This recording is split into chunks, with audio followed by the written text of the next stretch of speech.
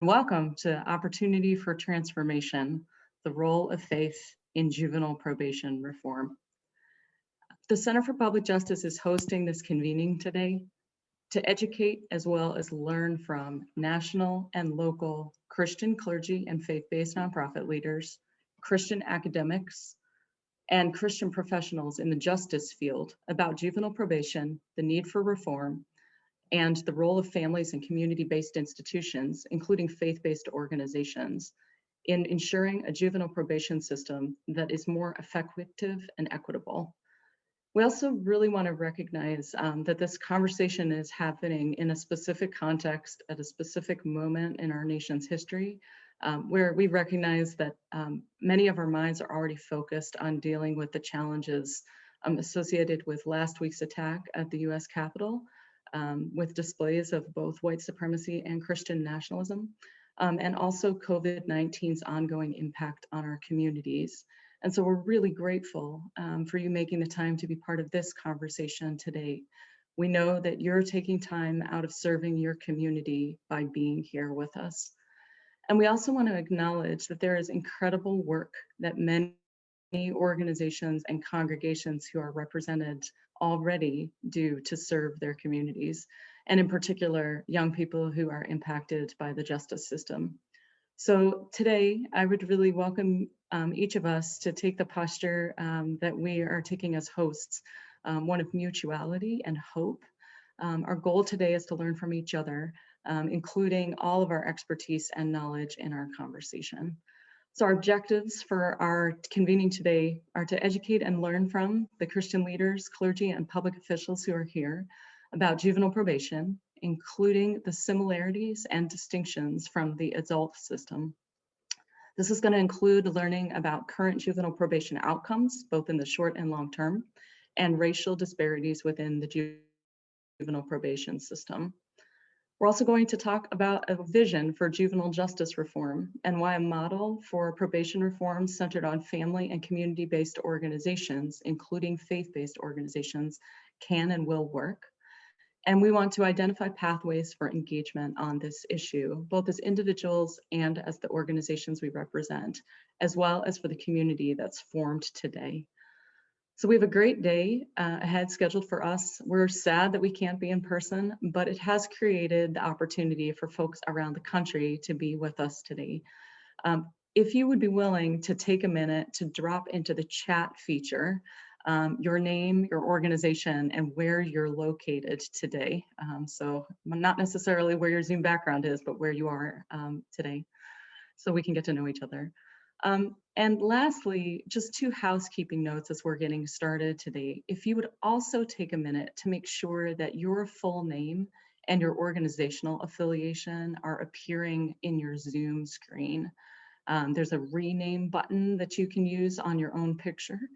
And if you can also make sure to keep yourself on mute today, with the exception of our afternoon breakout sessions, where we'll have plenty of time to talk with one another. We're going to handle all of the questions throughout the morning using the chat feature. And it will be open during the entire convening. So do feel free to drop in questions for our presenters as they arise, and they'll get asked. And also, Deborah from our team is here with us today, helping things to run smoothly. If you have a question about the technology or concern about the technology, you can message Deborah in the chat as well. You should also have received the agenda for today and the bio sheet in email, but Deborah's going to drop those in the chat as well, just in case, so you can link to them. So with that, let me go ahead and introduce Yasmin Arrington, who's serving as our MC and who has helped plan and design our time together today. So Yasmin Arrington was born and raised in Washington, D.C. She is a 2015 graduate from Elon University with a Bachelor in Arts in Strategic Communications and History. Yasmin earned her Master of Divinity degree from the Howard University School of Divinity in May 2018. And Yasmin was a 2020 Center for Public Justice Sacred Sector Fellow, where she had the opportunity to serve as an advocacy intern with Prison Fellowship. In 2010, while Yasmin was a junior in high school, She founded the nonprofit Scholarships, an organization that provides college scholarships, mentoring, and a support network to children of incarcerated parents, inspiring them to complete their college education. To date, Scholarships has awarded over $250,000 in college scholarships to 61 scholars with 22 graduates to date. So welcome, Yasmin. Thank you so much, Stephanie, for that lovely introduction, and good morning, everyone. It is really a pleasure to see each and every one of you and so many faces that I know very well. It is an honor to be alongside you here today at this convening where we will be learning and discussing the role or roles of the faith-based community in juvenile probation reform. Each of your churches and organizations were hand-selected to attend today's convening because of your backgrounds and work in social justice work and in the community. At this time, I am honored to introduce you to two phenomenal individuals who we will hear from next, who will educate us on juvenile probation and set the stage for today's convening. Mr. Stephen Bishop and Ms. Opal West. Mr. Stephen Bishop is a senior associate with the Annie E. Casey Foundation. Stephen has a master's of science in administration of justice and has worked in juvenile justice for more than 2 decades, starting as a juvenile probation officer and supervisor in Harrisburg, Pennsylvania, and then working for more than a decade at Pennsylvania Juvenile Court Judges Commission. Steve currently manages the foundation's efforts to transform juvenile probation nationally, which includes oversight for grant making, site-based technical assistance, research studies, and publications related to juvenile probation. Ms. Opal West is a program associate with the Annie E. Casey Foundation, dedicated to transforming juvenile probation nationally. West began her career as a juvenile probation and parole officer in Louisiana. Working for state government there, she led statewide expansion efforts for the JDAI approach to building a better and more equitable youth justice system, and served on a task force to develop standards of care for state-run secure facilities and local detention centers. I would like, once again, Stephanie mentioned this, but I want to reiterate, note that at some point during the presentation, you will see a poll question pop up on your screen, and we're asking that you respond to that poll question and hit the submit button, either with your mouse or your keypad. And also, once again, just a reminder, we will be using the chat box for questions. So as you're listening to the presentation, if you have a question, please put it in the chat box and we will do our best to get to your question during the Q&A. All right, without further ado, here is Mr. Stephen Bishop and Ms. Opal West. Good morning, everyone. Thank you, Yasmin, for the introduction and for all of your efforts in helping design and facilitating today's meeting. And thanks, Stephanie and Katie, for holding this convening. Really looking forward to today's conversation. This is really an exciting group of folks. The panel this afternoon is phenomenal. And from looking at the attendee list, just a phenomenal group of folks who are participating today. So really happy to engage in this conversation with you. We have a full agenda, so we're going to kind of just jump right in. But I will say that as we go throughout, as Yasmin suggested, we're going to have a poll question, a couple other questions where we're going to prompt some responses from folks. And we also want to encourage you to ask questions throughout. So feel free to use the chat function to post any questions. We'll try to respond to those probably about midway through our presentation. We'll also take a break because recognizing that some of this material is going to be pretty new to folks and it may feel like a lot of information being thrown at you. So we'll take some pauses as well to be able to answer specific questions. But with that being said, I'm going to jump in and start with a video. So technology being what it is, bear with me as I switch over to that.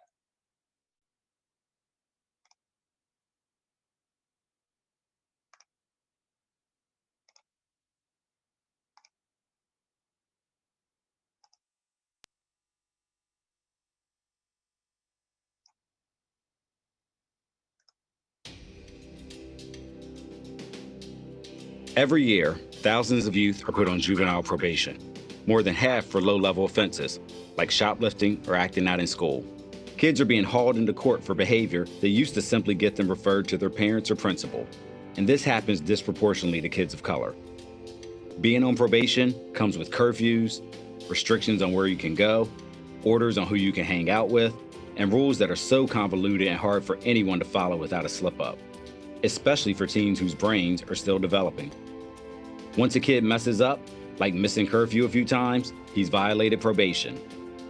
This often results in a young person removed from their families, locked up in a juvenile facility, their education is disrupted, their job is lost. They often end up worse off than if the system hadn't gotten involved in the first place. Kids should still be held accountable, but in ways that help them grow up and mature. Kids need support, not court dates and criminal records for normal teenage behavior. We know what works with young people.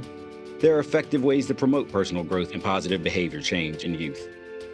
The Annie E. Casey Foundation has developed a vision for transforming juvenile probation based on human development and intervention strategies that have been shown to reduce delinquency, and from real-world pilots in cities and counties across the country. It's all about setting young people up for success as adults. We can start by diverting young people with nonviolent, low-level charges from juvenile court altogether and towards community organizations, human service agencies, and their own families. Probation officers could then focus their time on youth who do pose a significant risk for serious offending. Second, we should emphasize incentives, not sanctions. For generations, juvenile probation has been built around punishment.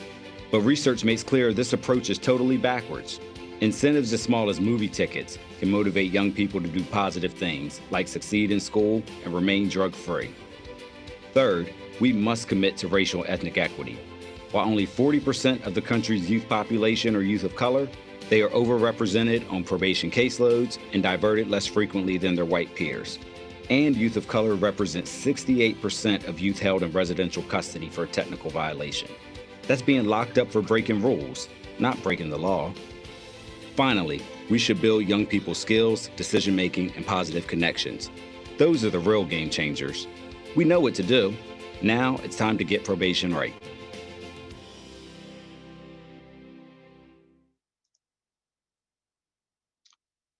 Okay, so that gives a little bit of overview of obviously our probation work. I'm going to attempt to share my screen again just to get us into the PowerPoint presentation for today. From the Annie E. Casey Foundation, I'm Lisa Hamilton, and this is Casey Cast. Today, we're discussing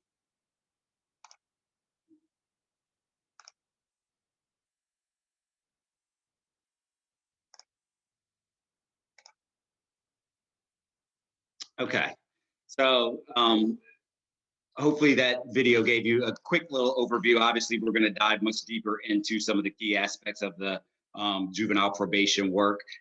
As Yasmin noted in the introduction, both Opal and I started our careers and worked many years in juvenile probation. So in many ways, we still identify in that way and very passionate about this work. And very passionate about where we see the field going and where we really think it needs to go to be able to really get the best outcomes that we need for young people in this country. So why transform juvenile probation?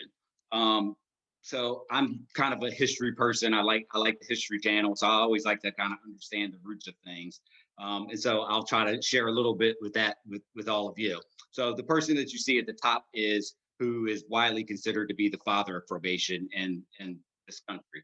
That's John Augustus. John Augustus was a bootmaker in Boston in the 1800s. Somewhere around 1841 is when John Augustus kind of backed into the work of probation. As I said, John Augustus was a bootmaker who really just wandered into court and noticed that people in the community were being jailed for things like public drunkenness, vagrancy, loitering, kind of small public order offenses. But the only real response of our criminal justice system at that time was jail. And John Augustus just thought that seemed wrongheaded. So John Augustus basically volunteered his services to the court and convinced the judge to release people into his care, to let them apprentice with him in his bootmaking shop, and help get them on the right path. I share that story about John Augustus, and I share it often when I do training with probation officers all across the country, to underscore a couple things about the history of probation. One, that probation at its inception was a true innovation. Again, there was no alternative to jail until this came along. The other piece to really understand is that John Augustus, as I described, was focused on providing support, assistance, and opportunity for people. It wasn't focused on surveillance, compliance, law enforcement. John Augustus didn't have court orders or electronic monitoring and other surveillance equipment that's typical today. He was really focused upon providing assistance and opportunities for people. And most importantly, John Augustus was a community member. This innovation that we now know of did not come from within the walls of the court. It did not come from who worked for the court. It came from a community member who sought to impart a different solution. About 50 years later in Chicago, we saw the inception of the first juvenile court, which took it even a step further, where we sought to really distinguish and understand the differences between how we respond to criminal behavior that's committed by young people versus by adults. That's really kind of what brought me to the field. So the picture at the bottom is me. Well, it's not really me. It's how I saw myself in my head, probably the night before I started my career as a juvenile probation officer. This is how I envision myself, as being a counselor, a mentor, someone who could work with young people and get them on the right path. Because based on my own experience, I'm from Harrisburg, Pennsylvania, small city. This is the state capital of Pennsylvania. But like a lot of urban centers across this country, plagued with a lot of big city issues. When I started high school as a freshman at Harrisburg High School, there were 600 people in my class. I graduated with a class of 250. So I know all too well the many barriers that kids of color in this country face, and all the different challenges in, moving into a successful adulthood. So that's what really brought me to the work. Opal, I'm sure, has a similar story. And when I talk to probation officers all across the country, I hear similar stories.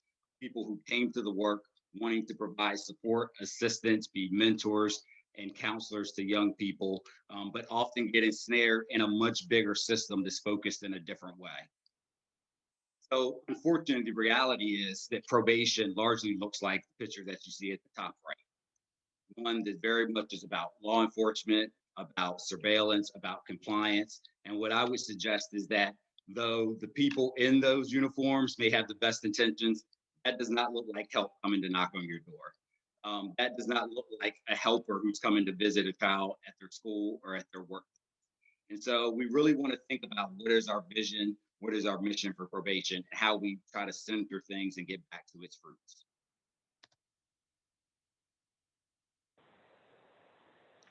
Thanks, Steve. We do have an interesting question in the chat that I thought you might be able to answer since you're the history buff, but I can add one fun fact about John Augustus. John Augustus has the most impressive success rate out of any intervention in history. There was only about 10 people that failed his apprenticeship program, and he had thousands that came through. So that just proves, I think, how successful a community-based intervention can be whenever you're working with someone who's maybe facing these challenges. Steve, do you have an answer to this question? Was he a church person? And if so, did Christian faith inform his work in getting probation started? That's a great question. I'm not sure. I have never seen that aspect chronicled about John Augustus. That's a great question. I have to read a little bit more. All right, cool.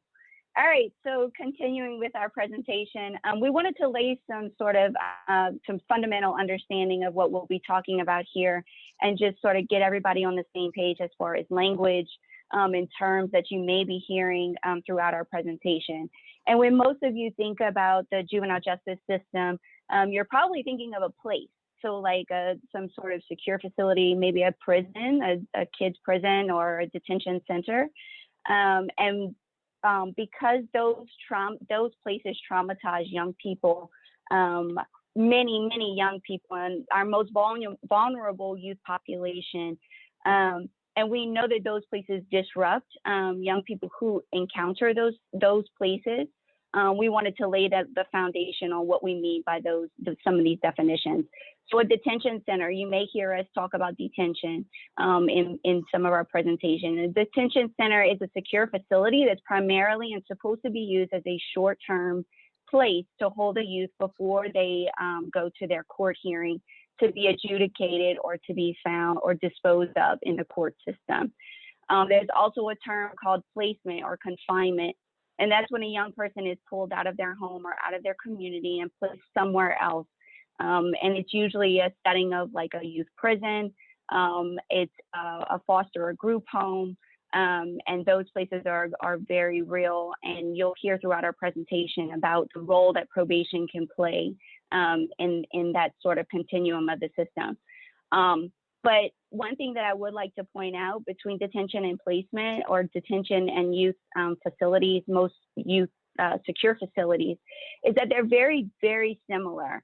The environment is similar. The physical composition of those places is very similar. And you'll see that in these two pictures that we have on this slide. The next thing that we would talk about, and why we're here primarily today, is probation. So probation is when a youth is allowed to remain at home and in their community, but they are supervised by a person, a probation officer. And they also have court conditions that they need to meet for a certain designated period of time that's been determined by the court. But they are allowed to stay home, and those conditions that are usually placed on them are need to be adhered to. And we will talk about some of those things and some conditions that come up within our presentation later on. Okay, thanks, Opal. So we're going to start with the poll question, get everyone involved. And so I'm launching the poll. Hopefully everyone can see that. And the question is, what percentage of youth on probation in the United States have not been found guilty in juvenile court?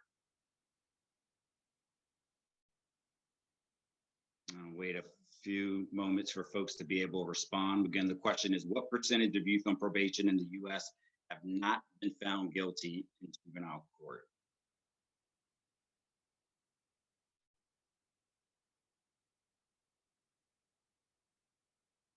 Okay, looks like we have a good number of answers. Let me see how this shows. Okay, so the answer is actually yes, 46%. So with that, I'm going to talk a little bit about some of the data that we have. Let me see. Having trouble sharing now for my screen. Just a second. I'm going to go back into the PowerPoint. Hold me off.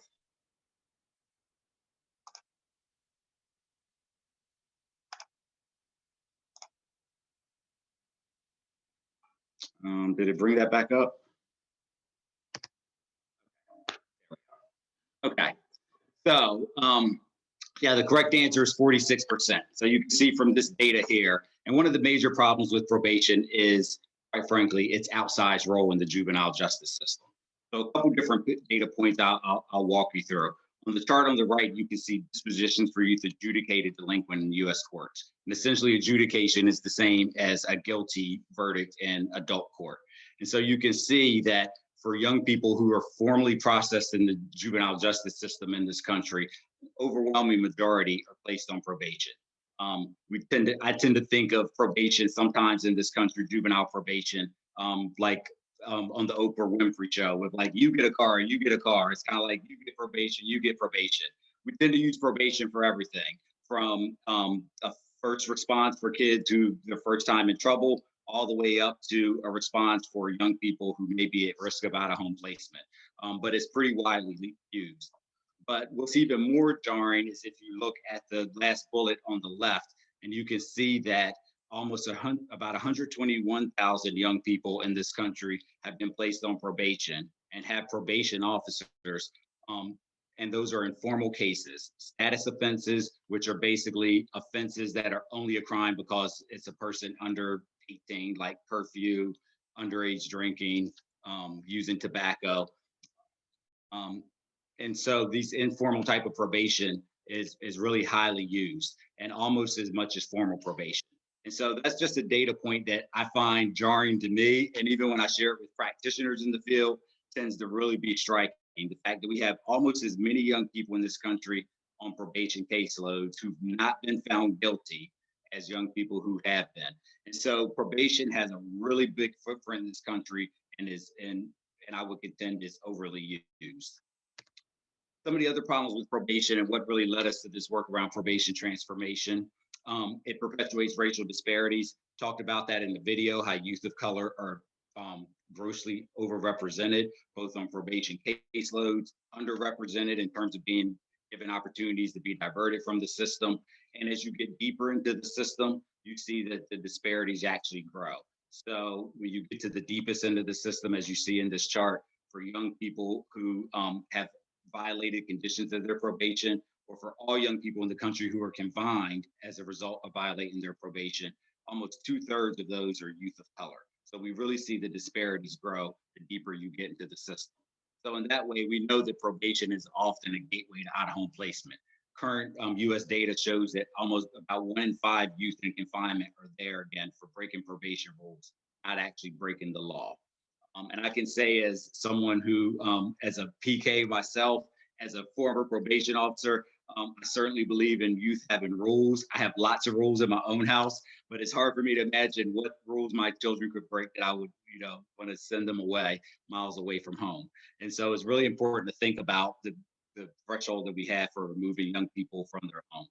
Most importantly is that probation, as it's currently structured in this country, really lags behind what we know about youth development. That basic structure of probation that Opal described a few minutes ago, that a judge puts a kid on probation, gives them a long list of conditions, a long list oftentimes. In some jurisdictions, we understand as many as 30 different conditions and rules that they must follow and comply with. They're assigned a probation officer and basically have to comply with these rules. And when they don't, they can receive any number of sanctions up to and including being removed from their home. That basic structure, we now know, really lags behind and really is in conflict with what we know about adolescent development and what helps young people thrive and grow. So what is probation transformation? So just about 3 years ago now, the Casey Foundation, we released this report entitled Transforming Juvenile Probation, A Vision for Getting It Right. And obviously we had some big aspirations with this. But a couple of key things I want to get into in terms of why we thought it was important to actually craft a vision for the entire field. In most industries, having a mission and a vision statement seems pretty standard. Unfortunately, in juvenile justice and in juvenile probation, that just doesn't exist. There is no commonly articulated vision at the national level by the Federal Office of Juvenile Justice, Delinquency and Prevention. Many states, even within their statutes and codes, may make mention of purpose for the juvenile justice system, but very few really hit on a key purpose for juvenile probation. And what I find in working all across the country is that within states, oftentimes the vision and the mission of probation differs from county to county. And even in my own personal experience, it oftentimes differs from cubicle to cubicle. I was the type of probation officer that I had 3 pages of violations on young people before I thought about bringing them back to court. Whereas the person right next door to me maybe had their own kind of 3 strikes and you're out rule. And so what that means is that for young people and families in this country, the experience of probation is very random. And it really is largely dependent on who's your probation officer, who's your judge, and things of that nature. And that really sets kids up for failure, particularly our most vulnerable youth who already have a number of challenges and barriers that they have to overcome. So we thought it was important to try to lay out what a vision for probation in this country should be, really be able to identify what probation should be, why we use probation, what's the right population, and most importantly, the how. How do we achieve the goals that we set forth? We outlined in our publication 2 key pillars for probation. The first, based on the data that I just showed, is that we should be diverting far more young people from the system altogether. We know from now decades of research and literature that actual formal system involvement increases risk for young people. So formal system involvement, no matter how well-intentioned it is actually a predictor of future offending. So we should do everything possible to keep young people from the formal system when possible. And this is where really we're going to get into the conversation about everyone here at this meeting and the role of the faith-based community and diverting young people from the system altogether. On the whole, in this country, about 6% of delinquency offenses each year are violent offenses. Opal and I see this in our work all over the country, where probation roles are filled with young people who commit low-level misdemeanor offenses or have been assessed as low risk. So just a tremendous amount of room and opportunity to divert young people from the system. And then on the other side of that, for young people who do actually pose a significant risk for serious reoffending, who have potentially caused harm to their community and will benefit from some form of formal intervention, we really need to modernize the system of probation. We really need practice to catch up with the research and to design a 21st century type of probation that is responsive to the young people who we're concerned about most. So starting with diversion, a couple key things there. One, diverting young people can do much more good than it can do a whole lot of good. We know that most young people will age out of any delinquent type of behaviors with or without formal system involvement. I'll back up one step further. Our challenge isn't so much to prevent delinquency, but as adults in our society, how do we respond? Because we know that what's normative for young people is to break rules, push boundaries, to challenge authority. Adolescence is a time of individuating. And I would even suggest, as the father of two teenagers myself, if you know a young person who doesn't push boundaries, challenge authority, and break some rules, those are the young people we should probably be even more concerned about, because it's part of the natural growth process for young people to individuate in those ways. But most young people will age out of those risky, concerning behaviors with or without system involvement. And so we should do our best to stay out of their way and not cause harm. As I mentioned, we know that formal system involvement for a number of reasons actually causes harm to young people, including exacerbating disparities. We know that youth of color in this country receive far less opportunity to be diverted. In fact, the most recent national data shows us that a white youth is more likely to be diverted for a person offense than a youth of color is for a public order offense. So we have some real disparities that we have to grapple with in our country. And the other point is that it's a waste of system resources. We now know empirically through decades of research that the typical type of supervision that lower risk youth receive on probation, maybe being seen once a month, is effectively no treatment at all. It has no actual impact on a young person's behavior. And so we waste a number of system resources by over intervening with young people. So you may be wondering why, thanks, Steve. Wondering who's doing this, who's putting this into action. So there's three key places that we work with that have really taken this to the next step and put in policies that ensure that we are protecting youth from over-involvement in the system and deeper entrenchment. The first place is Lucas County. They have a policy in place and have been committed to diverting all youth with misdemeanor offenses and first-time nonviolent felonies.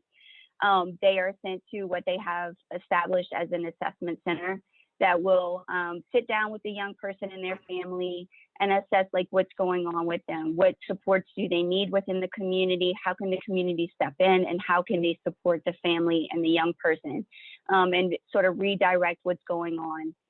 And they have solidly put a policy in place that really dictates that this is what our jurisdiction will do and that what we will uphold to. The next place that's really, really impressive is Los Angeles County. Los Angeles County has really taken it to the next level in that their diversion program and their decision-making around diversion really rests in a community-based organization. And also there's dedicated funding that supports this community-based organization that takes on all diversion cases. In Los Angeles County, there are also, they take it to a next level in ways that other places don't. They are taking all felony cases other than there's certain offenses that they will not take according to the law. but they take felony cases, high-level felony cases, and even repeat offenders.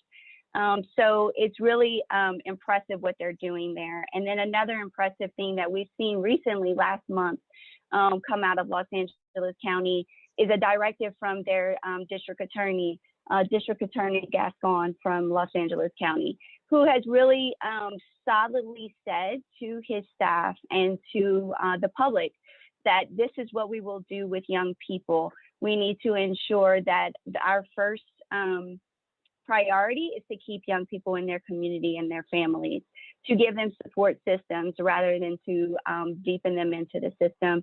And to also, and he's created parameters on how he will ensure that that is happening for young people. The other place that's really innovative is Santa Cruz, California, that has really said, we're not going to use technical violation. We're not going to use technical violations on our diversion cases. If a child does not follow through with whatever the stipulations of the diversion program is or the diversion agreement, they are not going to send them back to court to put in any penalties. They're just sort of washing their hands and saying, oh, well, you know, we tried, and we're going to send them on their way and ask them not to do this again. And that is something that the Casey Foundation believes in is best practice, and that we think is best for young people. Because if you are diverting a young person, but yet they're not following through on sort of all of these determinations and compliance, to send them back to court is really counterintuitive, and it sets them back again. And again, that sort of perpetuates the deeper involvement into the system.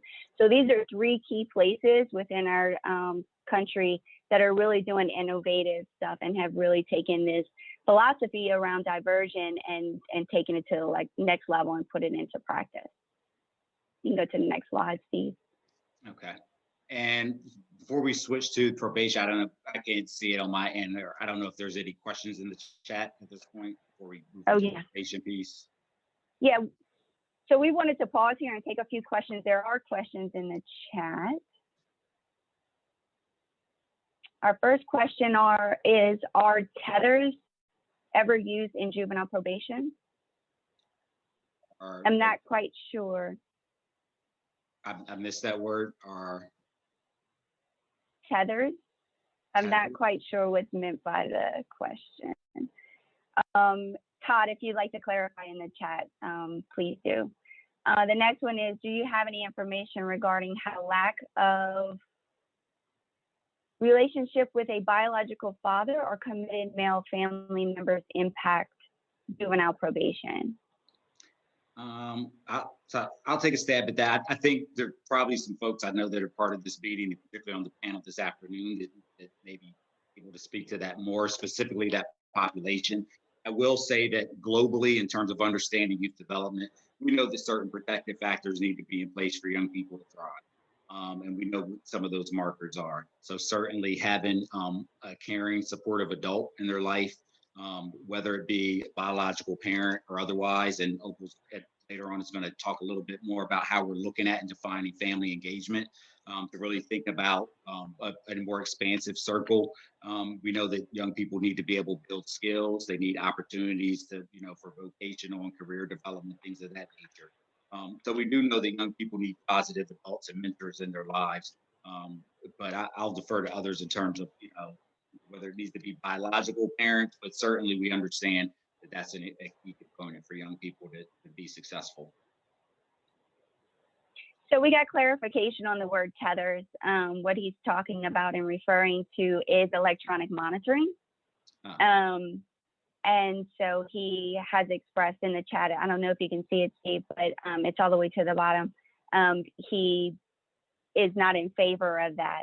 And so going back to the question was, are tethers ever used in juvenile probation? I'll take a stab at this first, Steve, and then you can jump in. Sure.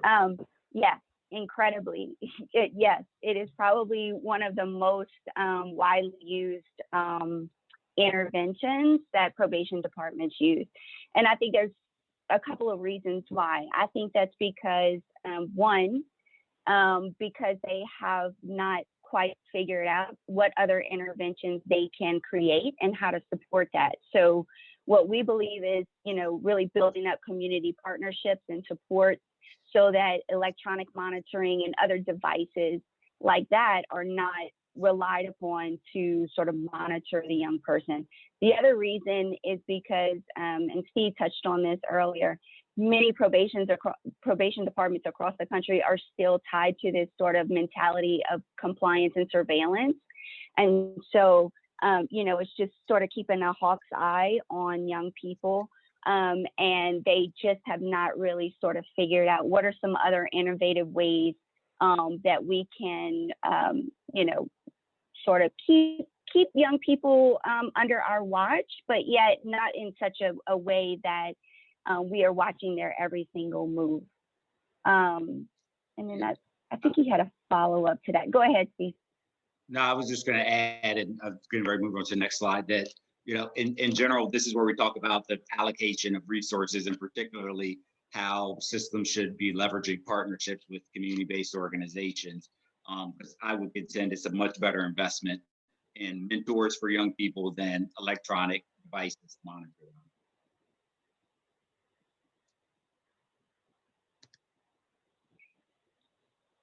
So you want to keep going? You can go to the next.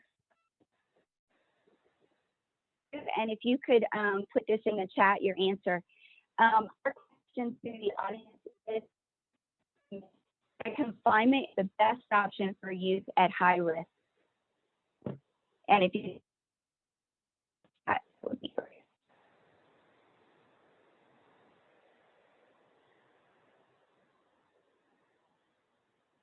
No, and I can't see the chat. So just let me know when you're ready.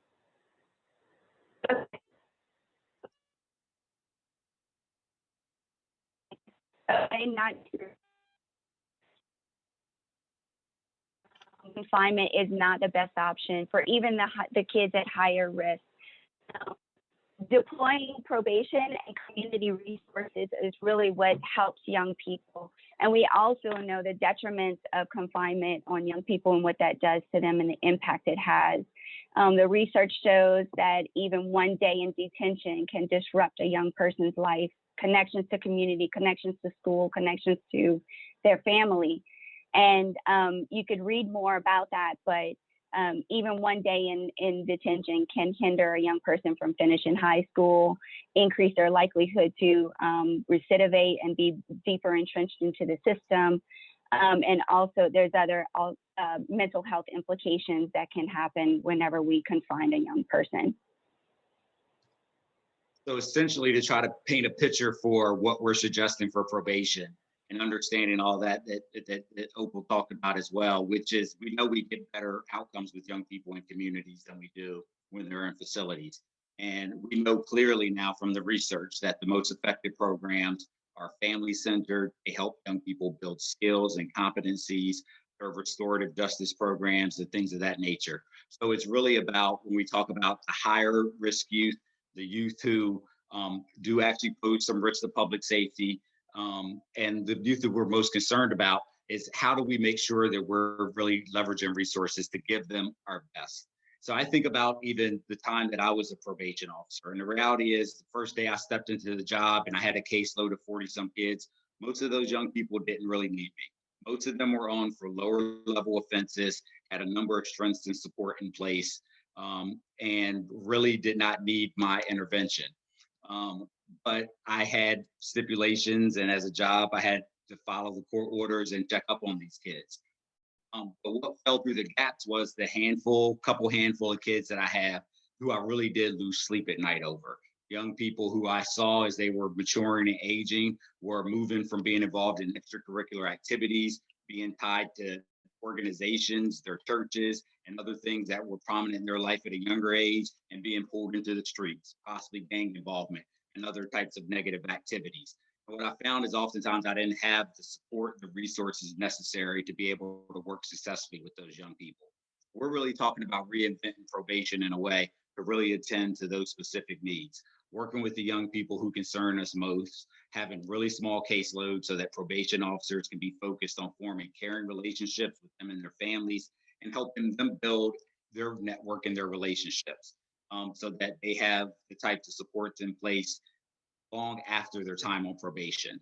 That we do family-centered case planning. So instead of these standard court orders with long laundry list of conditions, that we really center case planning with young people and families on what is going to meet the needs of that specific family. As I talked about in the video, using incentives. We know very clearly that young people are much more motivated by incentives and positive reinforcement than the threat of punishment. But we really need to figure out how to capitalize and utilize that. And most importantly, building partnerships with families and community organizations, to make sure all young people have a mentor. Oftentimes, the idea of mentorship has a negative connotation when you're talking about urban communities and communities of color. But if you go into some other areas, mentorship is a very positive thing. So we need to kind of shift resources, because every young person should have role models and have constructive activities and safe recreational spaces. So that's really going to require a different type of investment from our justice system into faith-based community, to the community at large, to be able to build the supports that young people and families need. So next question I ask you to join in on, next factor myth is probation conditions such as curfews make communities safer.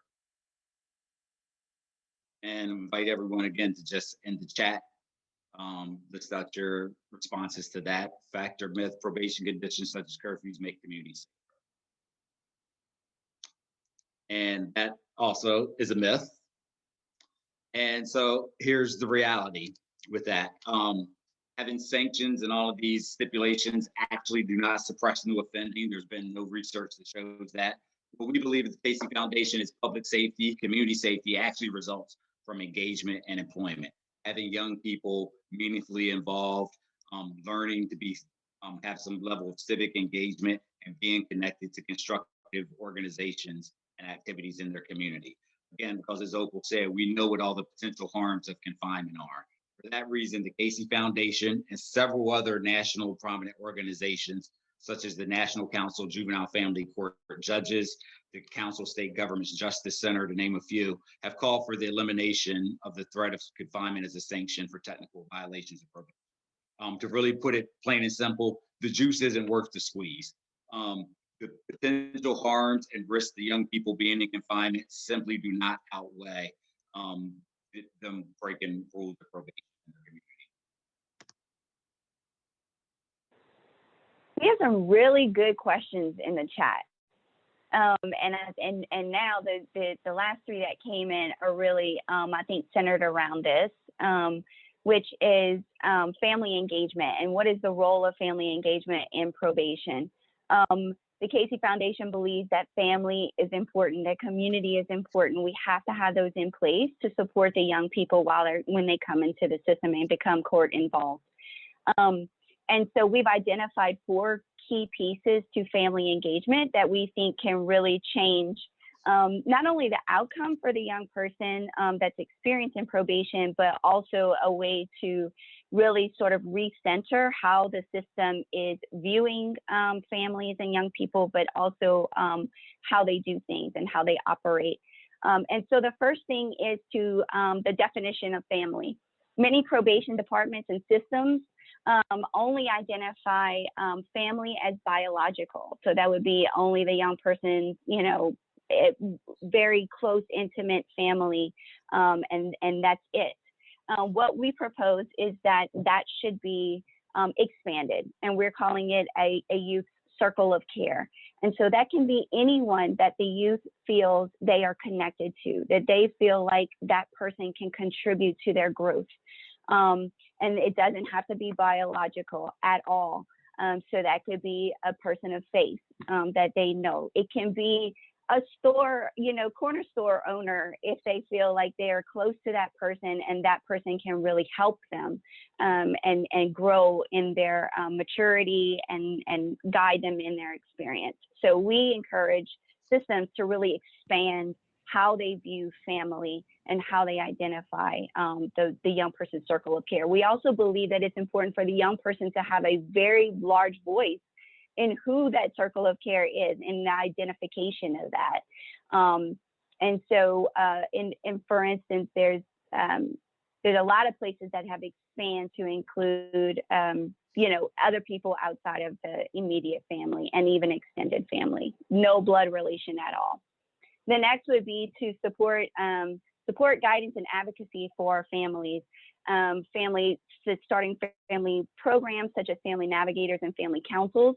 Family councils, and we have a couple of places across the country that are starting this, but it's family members that have young people who have been involved in the system that come together to help guide systems, to understand the perspective of the families that are involved in the system, that have a say and can play a part in the change that happens in that probation department or in that system.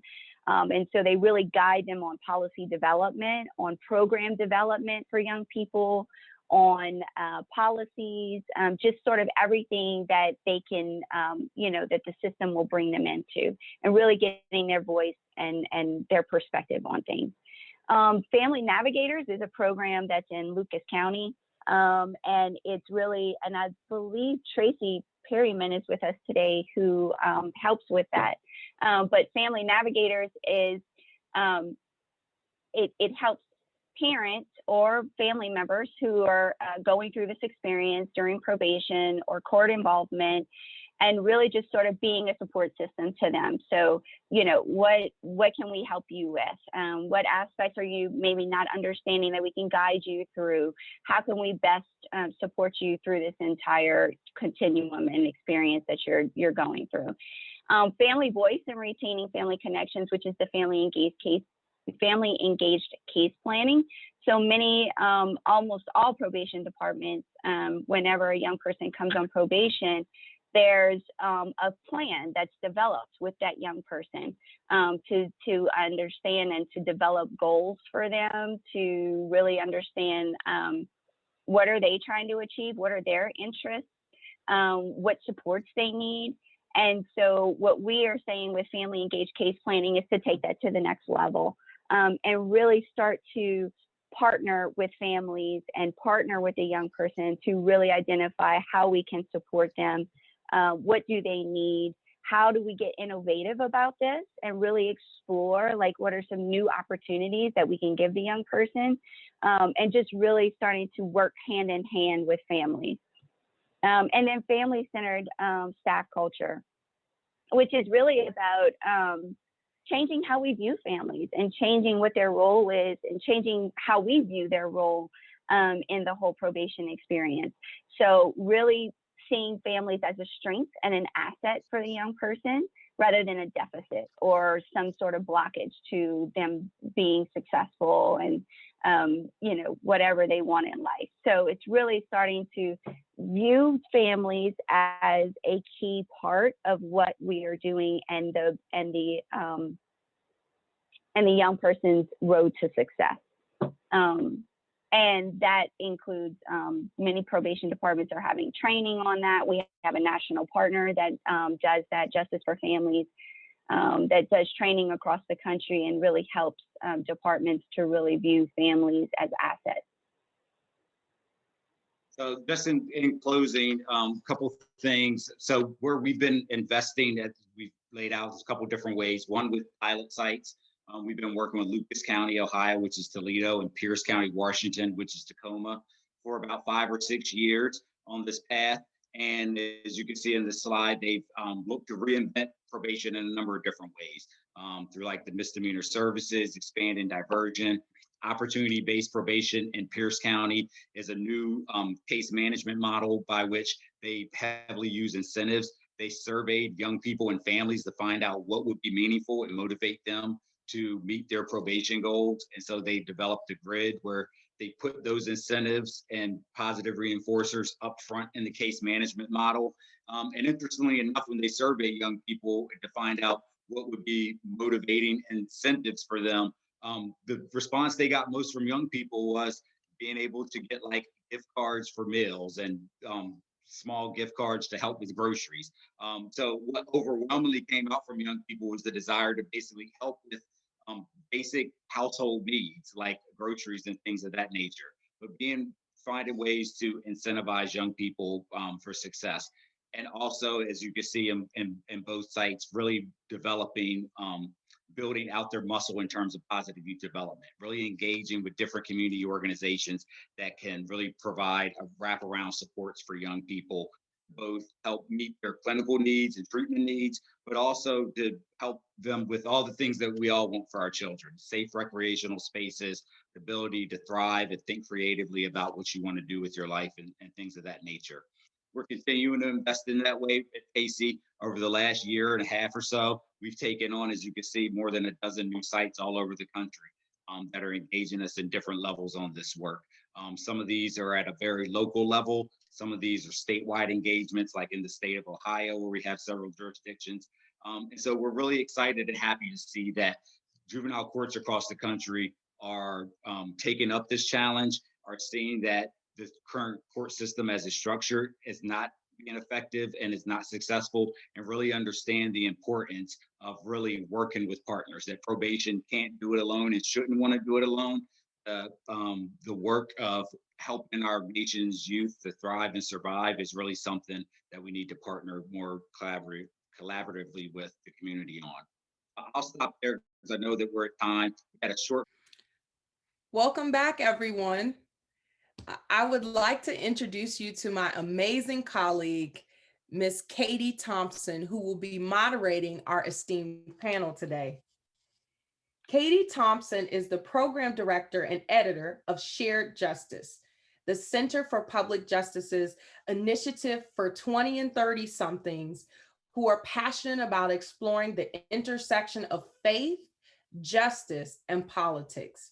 And I can personally say, in getting to know Katie over the last few months, she has a beautiful heart and spirit and is truly passionate about kingdom work.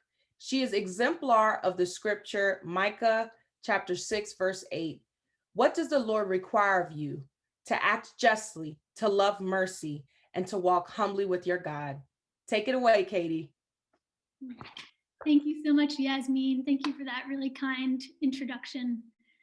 And welcome back, everyone. I hope that you've been enjoying and learning from our conversation together this morning. And I am joined, as Yasmin mentioned, by a really wonderful panel of experts and leaders in this field who have come today to share with you about their experiences and their insights in working with young people. So we're really delighted to have them with us. I'm going to really briefly introduce them, but please refer to your bio sheet for their much more complete bios. So without further ado, let me just very briefly introduce first Miss Anna Hollis. Ms. Hollis is the Executive Director of Amachi Pittsburgh, a unique partnership of secular and faith-based organizations working together to support children and families impacted by the criminal justice system. We're also joined by Dr. Tracy Perryman, who is the Executive Director and co-founder of Center of Hope Family Services in Lucas County, Ohio, whose mission is to improve the life and outcomes of individuals and families living in urban settings. We're also joined by Ms. Dr. Denise Struthers, who's the National Director of Operations at Healing Communities USA, an organization which uses a framework for a distinct form of ministry for men and women returning from or at risk of incarceration, their families, and their larger community. Healing Communities challenges congregations to become stations of hope for those persons affected by the criminal justice system. Mr. Delmas Wood is the Program Director of Community Conferencing of Carroll County, located in Maryland, which is a restorative justice initiative offering alternative dispute resolution to youth, their families, and victims. Mr. Wood previously had a 39-year career in the Maryland Department of Juvenile Services, which included statewide responsibilities as Director of Community Justice and Acting Assistant Secretary. And lastly, we're joined by Ms. Seema Gajwani, who is the Special Counsel for Juvenile Justice Reform and Chief of the Restorative Justice Program Section at the DC Office of the Attorney General. So welcome to all of you. Thank you again so much for making time out of your full schedules to be with us this afternoon. So I'm going to begin with a question for each of you that I'd love for you just to briefly share with us. And that is, I'd love to know what has brought you to this conversation today, and why is it one that you're looking forward to being a part of? So if I may, I'm going to go in the order that you're listed on my Zoom screen. So Delmas, would you mind kicking us off? Oh, Delmas, you're on mute. There we go. Yeah, I'm just happy at this point to be able to share what my experience has been in juvenile justice and probation. Working with kids in the community was the heart of what we did in my part of the department. We also had facilities, correctional facilities for juveniles and placed kids in private programs. But I think this notion of looking at the system as, particularly as believers and striving for justice and trying to figure out what that looks like, to have to balance, justice for the community and safety for the community with kids, and trying to treat each kid the way we would want our own child treated if he or she got involved with the system, is kind of what, I think is the heart of this. Thank you, Delmas. Dr. Perryman, you're next on my screen. Yes, so I think as a person of faith, there's always a certain element of providence to our steps and our moves. So I'll share that, I've been in the church just about all my life. And so the importance of service has always been instilled. And then we went on and founded a church in Toledo, Ohio, because we felt that many of the churches in our city did not address the social ills of society. Mind you, this was in the 1990s when, society was touting full employment and really saying that anybody who wants to be successful can. And that was not what we were seeing in our communities. And we felt like the church needed to kind of return to our thoughts and our ways of being in previous generations and decades, where we didn't just talk about what happened within the walls of the church, but become active and use that strength to move outside of the church and make a difference.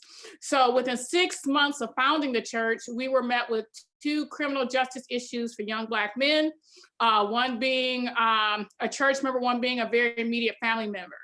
One being a result of a child who was from a broken home and issues were not resolved. They were just kind of swept over. And the other being based upon race. And so really our first work, our passion was education, but really our first task was to intervene and work with the justice system to see what could be done about these 2 young African-American men. So that personal experience kind of led to us becoming more sensitive to it, made us attractive to other families who had been through similar issues. And then we took the opportunity to make that work and expand that work into our local justice system in Toledo. So in this next phase of my life, professionally and personally, my goal is to educate others who want to do this work on how to build a family engagement program that reduces negative juvenile justice outcomes, and how to advocate for it being sustained. Thank you, Dr. Perryman. Anna, would you mind sharing with us next? Anna, you're on mute.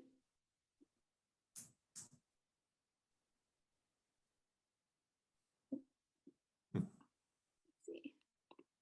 Okay. There we go. All right, good. Okay, great. Here we go. What I said is what they said. I agree wholeheartedly with what they've shared so far. I approach this work from a strengths-based perspective. So I think about the promise and potential and, God-given purpose that, I believe every soul brings to this earth when they arrive. Amachi, the organization that I run, is the word itself is a Nigerian Igbo word, and it means who knows what God has brought us through this child. And to me, it speaks to the fact that we are all created in the image and likeness of God, to seek righteousness, justice, and peace, to be good to each other, to do right, and to defend the oppressed, sort of my summary of the word. So I personally believe that, I'm sorry? I think that may have some feedback.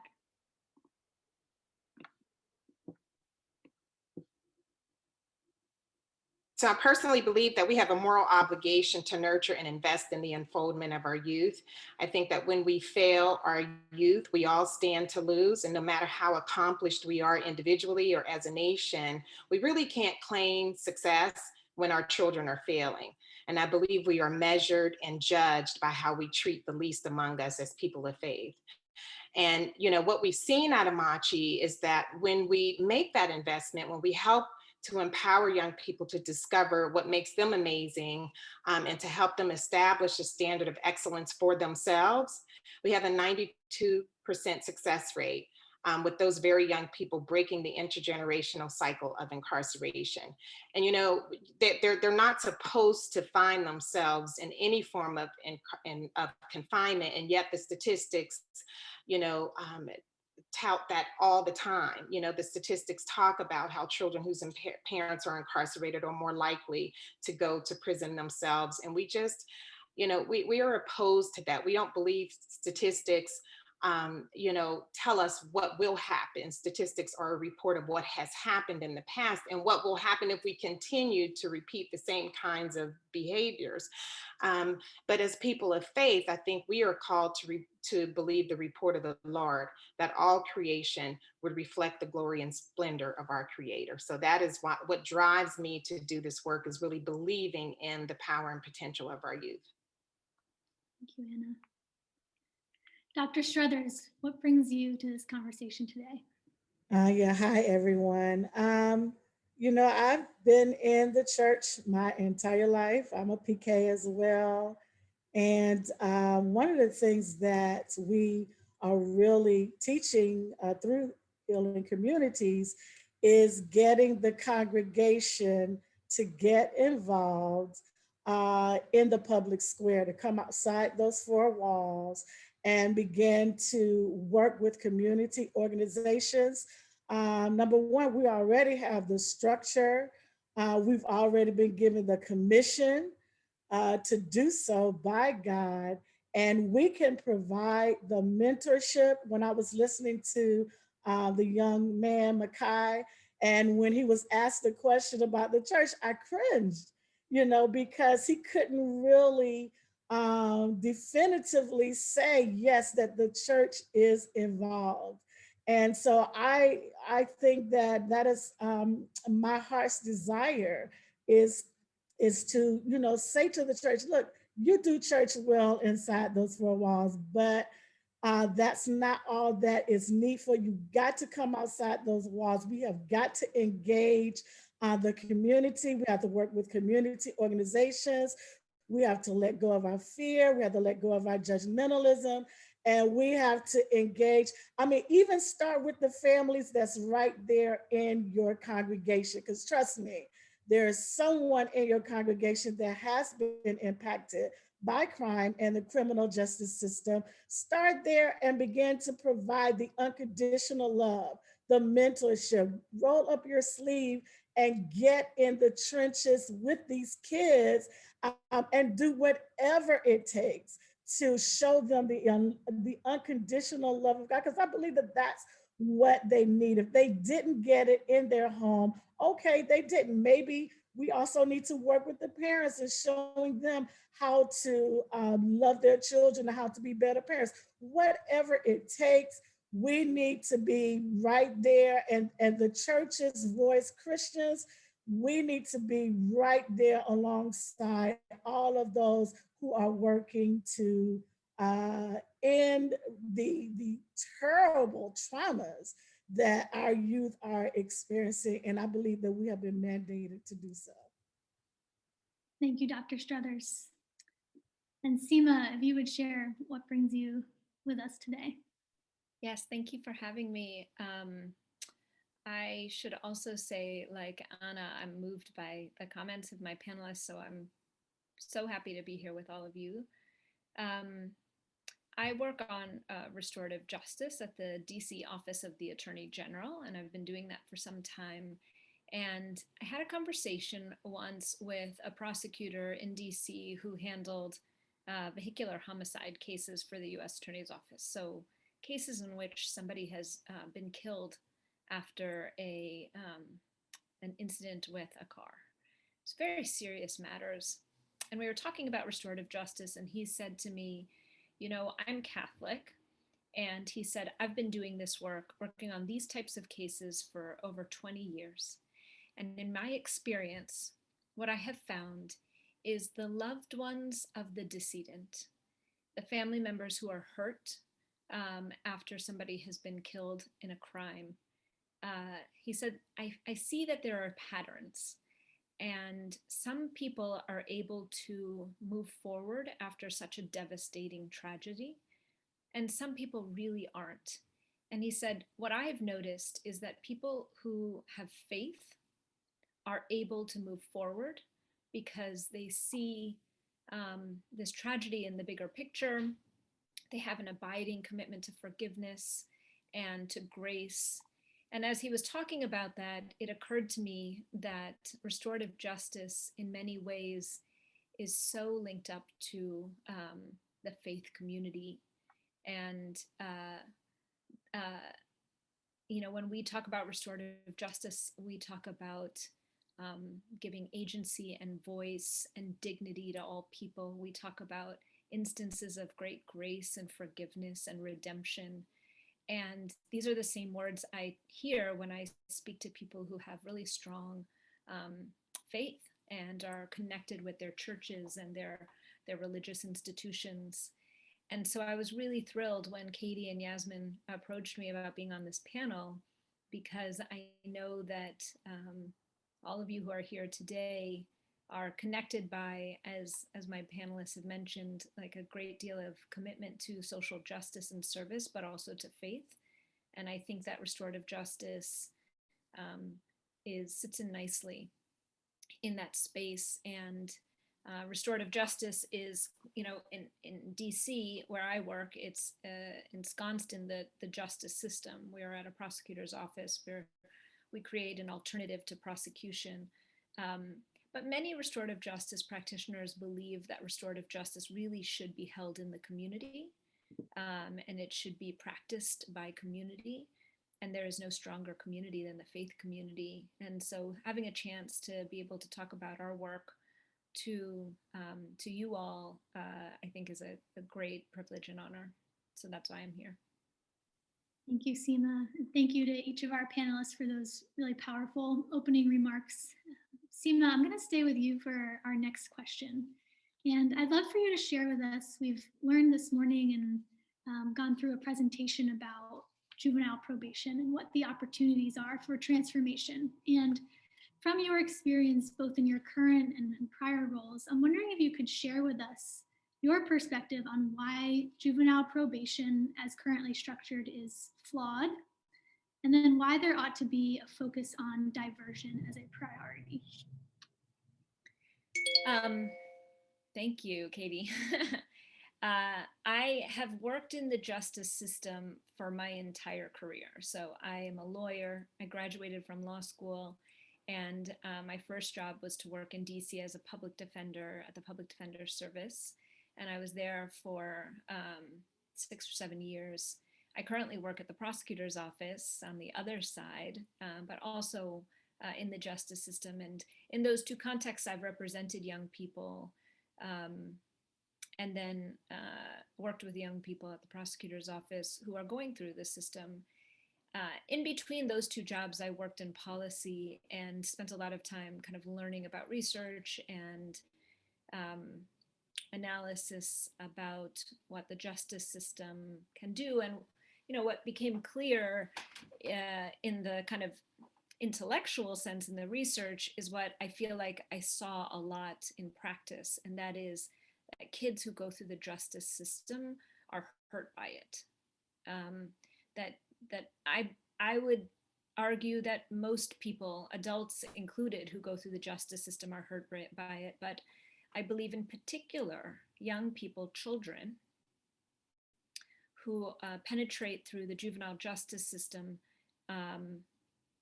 It is an environment which is supposed to rehabilitate. It is supposed to correct for criminal behavior. But unfortunately, the focus has become so much on punishment and on sanction.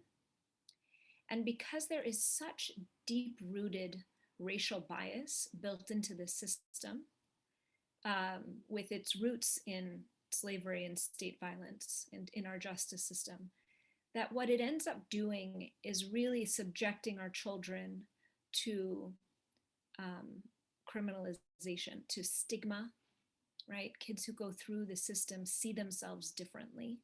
People around them, even in their families, in their communities, in their schools, see them differently. It subjects them to shame and isolation. And research shows that stigma, shame, and isolation are all drivers of violence. Those, as well as a lack of economic opportunity, which is a feature of our justice system as well, and exposure to violence.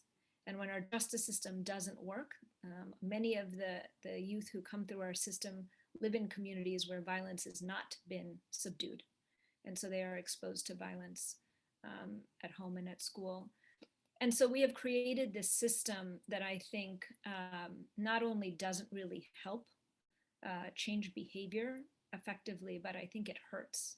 It makes it harder for young people to see themselves in the best light, to want to be better. And I think that that's for many, many reasons. I think the adversarial setup of it is a part of it. And unfortunately, I think that probation is a part of that system. I had many young people and adults who I represented as a public defender who I used to tell them, I used to say, your probation officer has all the power in the world over you, and you have to make that person happy. But that person is also set up in such a way to wait for you to mess up and then report that to the judge. And then it has a lot, and then it's your word against that person's word. And the dynamics of that environment are typically not ones where the young person feels like they are being treated with compassion and dignity and forgiveness and grace and the things that we want them to feel, because we want to model that for them. It's one where they feel like they're supervised and surveilled and are waiting to be caught, which isn't to say there aren't some great probation officers, but I think institutionally and structurally, it's not a system that is actually going to help change behavior. I do believe restorative justice is a system that is better to do it. But frankly, I believe, as you suggest, Katie, that because the juvenile justice system, I think, causes harm to our young people, we're better off, even if we don't do restorative justice, diverting those kids from the system at the outset instead of having them come through the system. Thank you, Seema. Anna, I'm going to turn to you for our next question. And as we discussed this morning, and as Seema has just mentioned, we know that there are racial and ethnic disparities embedded in our juvenile justice system.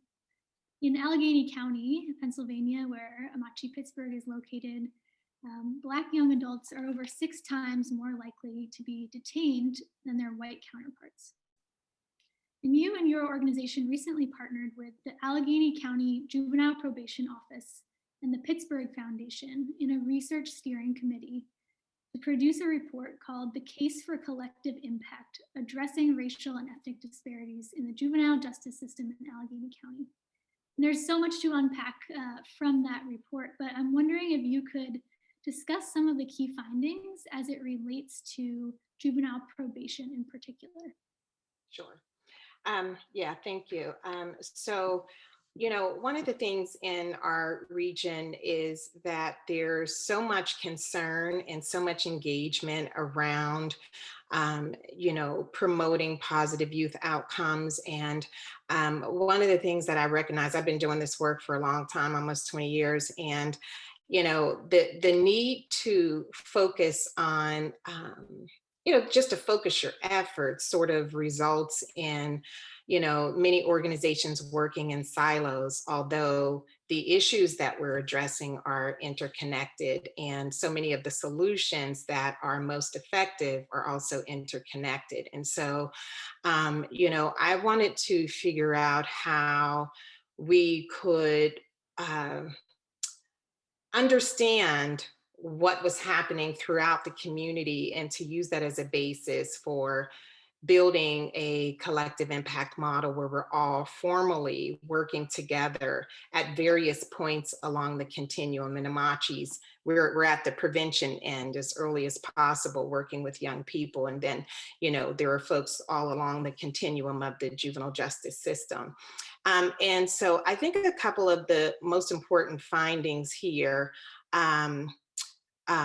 is that we really have to understand that this problem doesn't exist in isolation. It is a part of a much broader issue that, of systemic racism that's pervasive throughout society and throughout various systems.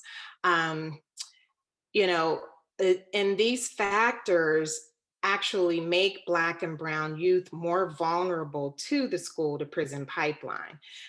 Understanding what those factors are, like what it means to be vulnerable to that system, could better inform our strategies as we're looking for solutions that not just produce positive youth outcomes, but that can really change our communities, that transform, that can really move the needle on the problems that we're trying to solve. Because a huge issue here is that every year we continue to release the same data that shows racial disparities, and even when there has been some degree of success with the total number of youth being referred to the system, we continue to see that the disparities persist. And so why is that? So this, so really examining those factors, looking at disproportionate rates of poverty, trauma, incarceration, mental health issues, and what many people refer to as ACEs, adverse childhood experiences, play a huge role. Over policing in communities of color, disinvestment in communities of color, gross inequities in education. It's embarrassing. The fact that the quality of children's education in this day and age still depends on, the zip code is just unconscionable. I think it's sheer evil, to be honest with you.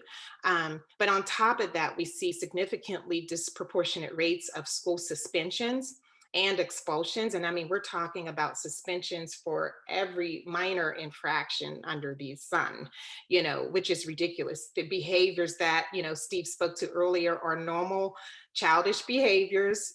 Kids will get through it, some discipline and some love and correction, and wrapping your arms around them and providing them with, guidance is the better approach.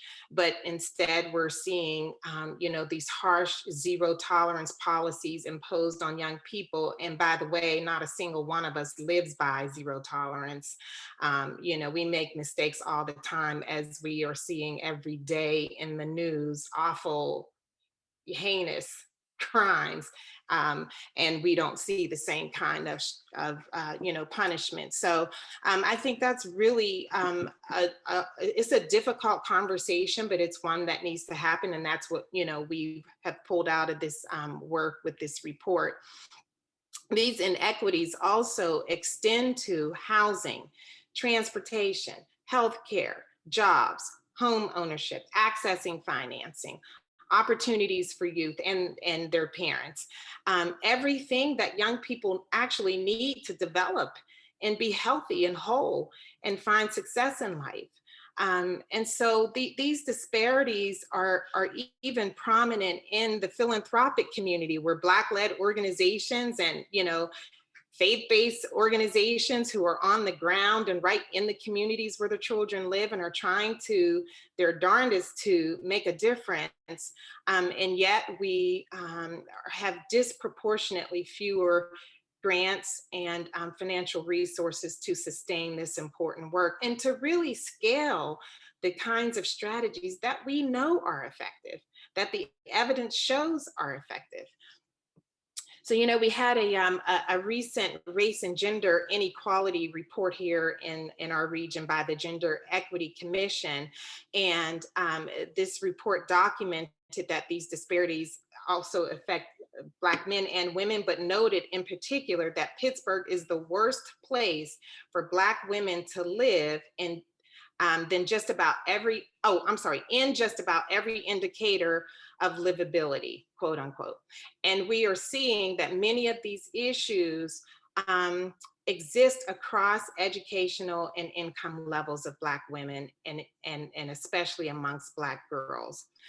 And guess what? These are the women who are raising the children that we're talking about. So what is our expectation for youth outcomes when you see women, their mothers, and even their fathers who are trying so hard to navigate these complex systems of oppression and raise their children so that they can be successful? So I think, what we have learned from this is that we have to really recognize and boldly call out that these inequities are rooted in a delusional system of white supremacy that literally imposes chokeholds on Black people, Indigenous people, and people of color. That is the root. And and being willing to confront that reality is the first step.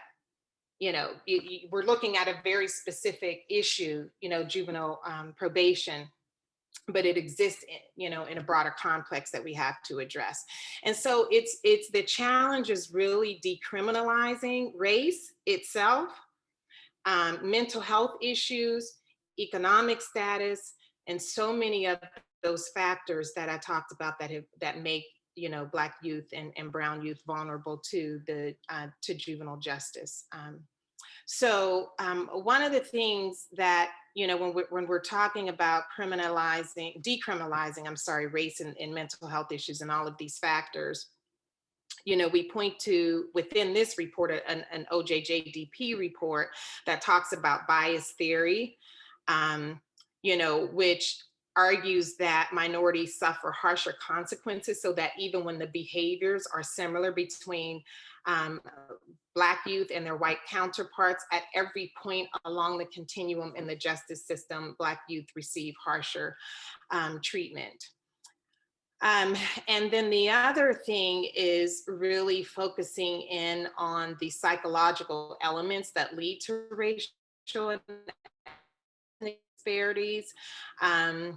So whether you consider it overt racism or implicit bias, decision makers are influenced by emotions that drive the perception of minority youth as threatening to middle-class standards and public safety. That was taken out of the Office of Juvenile Justice and Delinquency Prevention report in 2014. So those are the realities that our communities are confronting, and why, despite our best efforts, we continue to see the racial disparities persisting. So some of the key recommendations that we've pulled out, aside from confronting those realities and having those conversations, are addressing trauma-related psychological problems that youth are experiencing as a result of systemic racism, bias, and structural prejudice pervasive throughout systems. Recognizing that no kid is wired to automatically be disruptive or destructive. We're all wired, but under the wrong set of circumstances, any of us can be destructive. Any of us can act out of character. So when you see young people who are struggling to find their way, who are struggling to follow positive pathways, you really have to just step back and get to know that kid. You have to take an approach that's individualized. Yes, it's restorative practice, but it's also recognizing that this kid is unique and has a unique set of circumstances in, in his world. And what do we need to know and understand about how to repair what that young person is suffering from? So before they cause harm, they're suffering harm. And that's a key recognition that we make in the recommendations. Working with school districts to replace zero tolerance policies and punitive practices with restorative justice. One of the school districts in our region reduced referrals by 60% in 1 year's time by simply refusing to call law enforcement to do the work of social workers. So where are the social workers, and where are the reasonable human beings that know how to deal with kids and what they're experiencing? Enhancing training and resources for school districts, magistrates, law enforcement in particular, because that is the most vulnerable point. It's almost like once that young person has an interaction, that first interaction for law enforcement, that starts the cascade of negative events from there.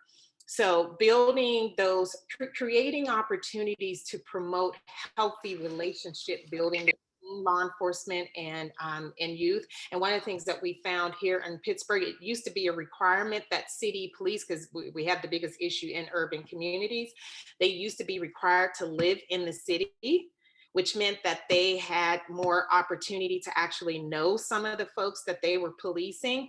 But now almost all of our officers are outside of the community, and they're coming from communities where they literally have no interactions with people of color. And they're coming in to police these communities and bringing their biases with them. And another important thing was to establish a centralized data bank to utilize and monitoring disparities at all of the decision-making points along the continuum, so that we can begin to identify those key issue areas, those key problem areas, to build in a system of accountability, so we know here's who we need to be addressing, or here are the agencies that we need to be addressing, and to use that data also to help inform the strategies that we want to employ. Hope I didn't take too much time.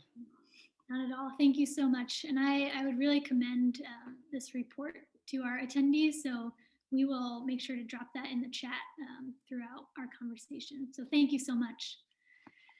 Delmas, I'm going to shift to you. And you've had a long career, the majority of your career spent in the Maryland Department of Juvenile Services.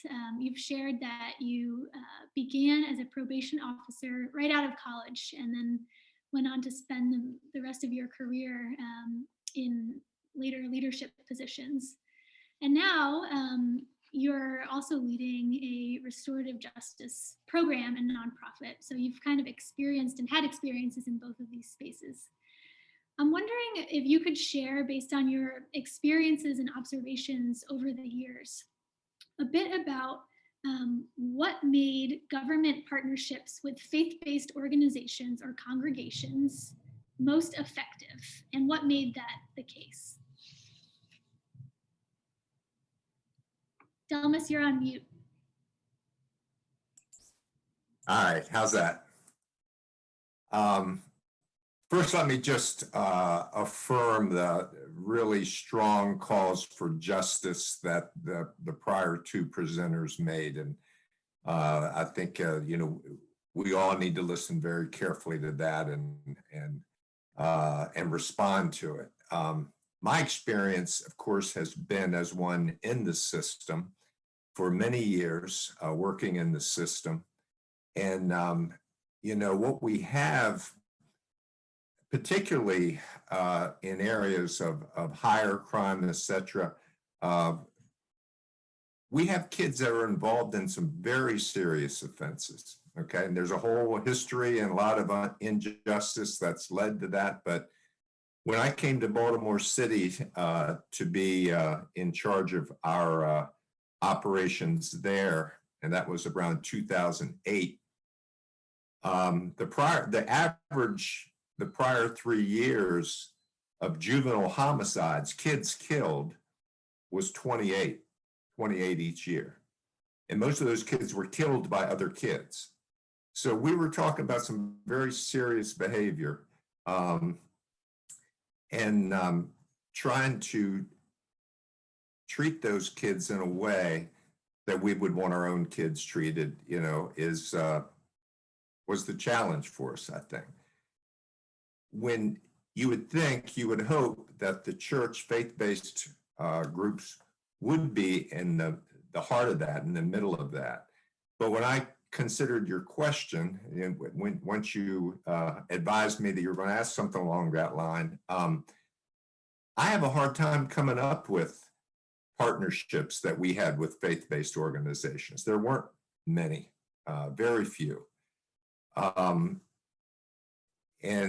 I think we need to look at that, because it would seem to be a place where it would be very valuable, obviously.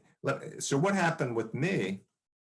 Now, I will say in Baltimore City, the churches, there were churches that were very heroic in terms of their ministry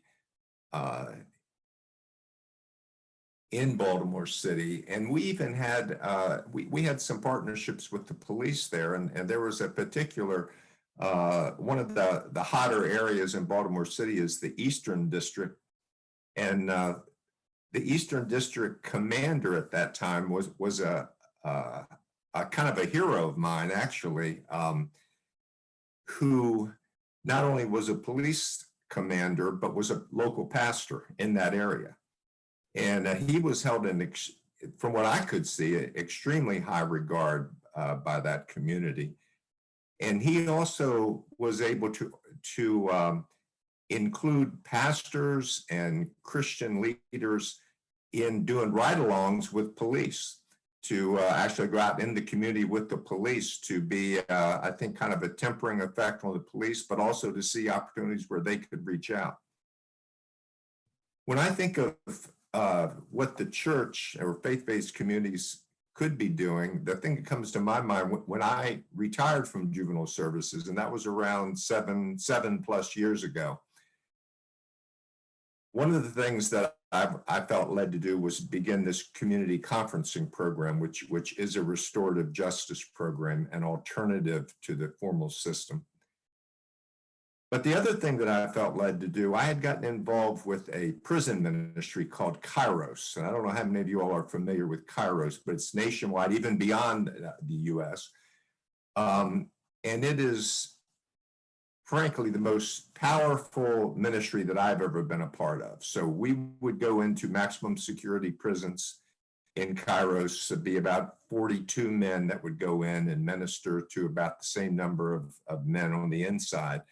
And some very powerful, life-changing things went on that Christ did in these men's lives during those weekends. I share that because that's an adult ministry, but I became aware that there's a juvenile component of Kairos called Torch. So to make a long story short, I was able to reach out to the Kairos Torch ministry, and we were able to approach a facility here in Maryland and offer to start a torch ministry there. So what we do at this facility, which is called the Silver Oak Academy, this is a residential facility for kids who have been placed there by the court system. It's a privately run facility. So we're actually in the minority nationally in terms of Kairos ministries. Most go into public facilities, public lockup facilities. Silver Oak is a more open facility, almost looks like a prep school when you come on the grounds, but they've got kids there with some serious charges. Most of the kids are from Baltimore City or from the DC area. What we do is offer to the youth there, and there, when we started, there was 60 to 70 kids there, and we would offer them the opportunity to come to a torch weekend. And we would hold the weekend right there at the Silver Oak Academy, and we would bring in about, let's say 25 adults to minister to 20 kids, 20 young men who had volunteered to be a part of this weekend. We would call it a retreat, okay? So the kids come apart from the regular program Friday night, all day Saturday and Sunday, and spend that time with us. We do the kind of stuff you do on youth retreats, you know, we sang, we shared, you know, the adults who would come in would, and we were a diverse group. We would share our own experiences and our own vulnerabilities. We would have small group discussions rooted in the Gospels and rooted in, you know, Christian teachings. And the themes of that weekend were very, are very affirming, very positive. We start off talking about God, you are God's special creation. That's a theme. Another theme is the masks that we all wear, the adults and the kids alike. I just happened to have on my wall as I was thinking about this is a mask that, if you can make that out, this is a mask that that I made that represents things in my life that I allow to be a mask to protect me from other people and from being vulnerable to other people. So we would model that and share some of the things that were masks for us. And then the kids get to share, and the kids are remarkably open in that. Some of them are. They don't, you know, they don't even have to share their mask. But this is on Saturday morning, early in the weekend, and there's always some that are remarkably open already at that time. Others going to hang back a lot more. I won't go into too much more about that. There's a strong emphasis on forgiveness and forgiveness towards people who have hurt us. Okay. And because that's where these masks, we believe, come from. The mask of the tough guy, the big man on campus, the king of the hill, or, you know, these kinds of things. I think the most powerful thing about the torch ministry is that each one of those 20 kids at the end of the weekend is given the opportunity to have someone from the team, one of the adults, become their mentor for 6 months following the weekend. So we come back in for every week. For us, it was Wednesday evenings. We would, those 20 folks would come back in on Wednesday evenings, and then we would break off into separate tables with the youth that we were mentoring. The youth were given the opportunity to ask for who it was on the team they wanted to be their mentor, and do that for an hour every Wednesday for 6 months, or until that youth went home. This has been, we run this twice a year at the Silver Oak Academy until the pandemic hit. And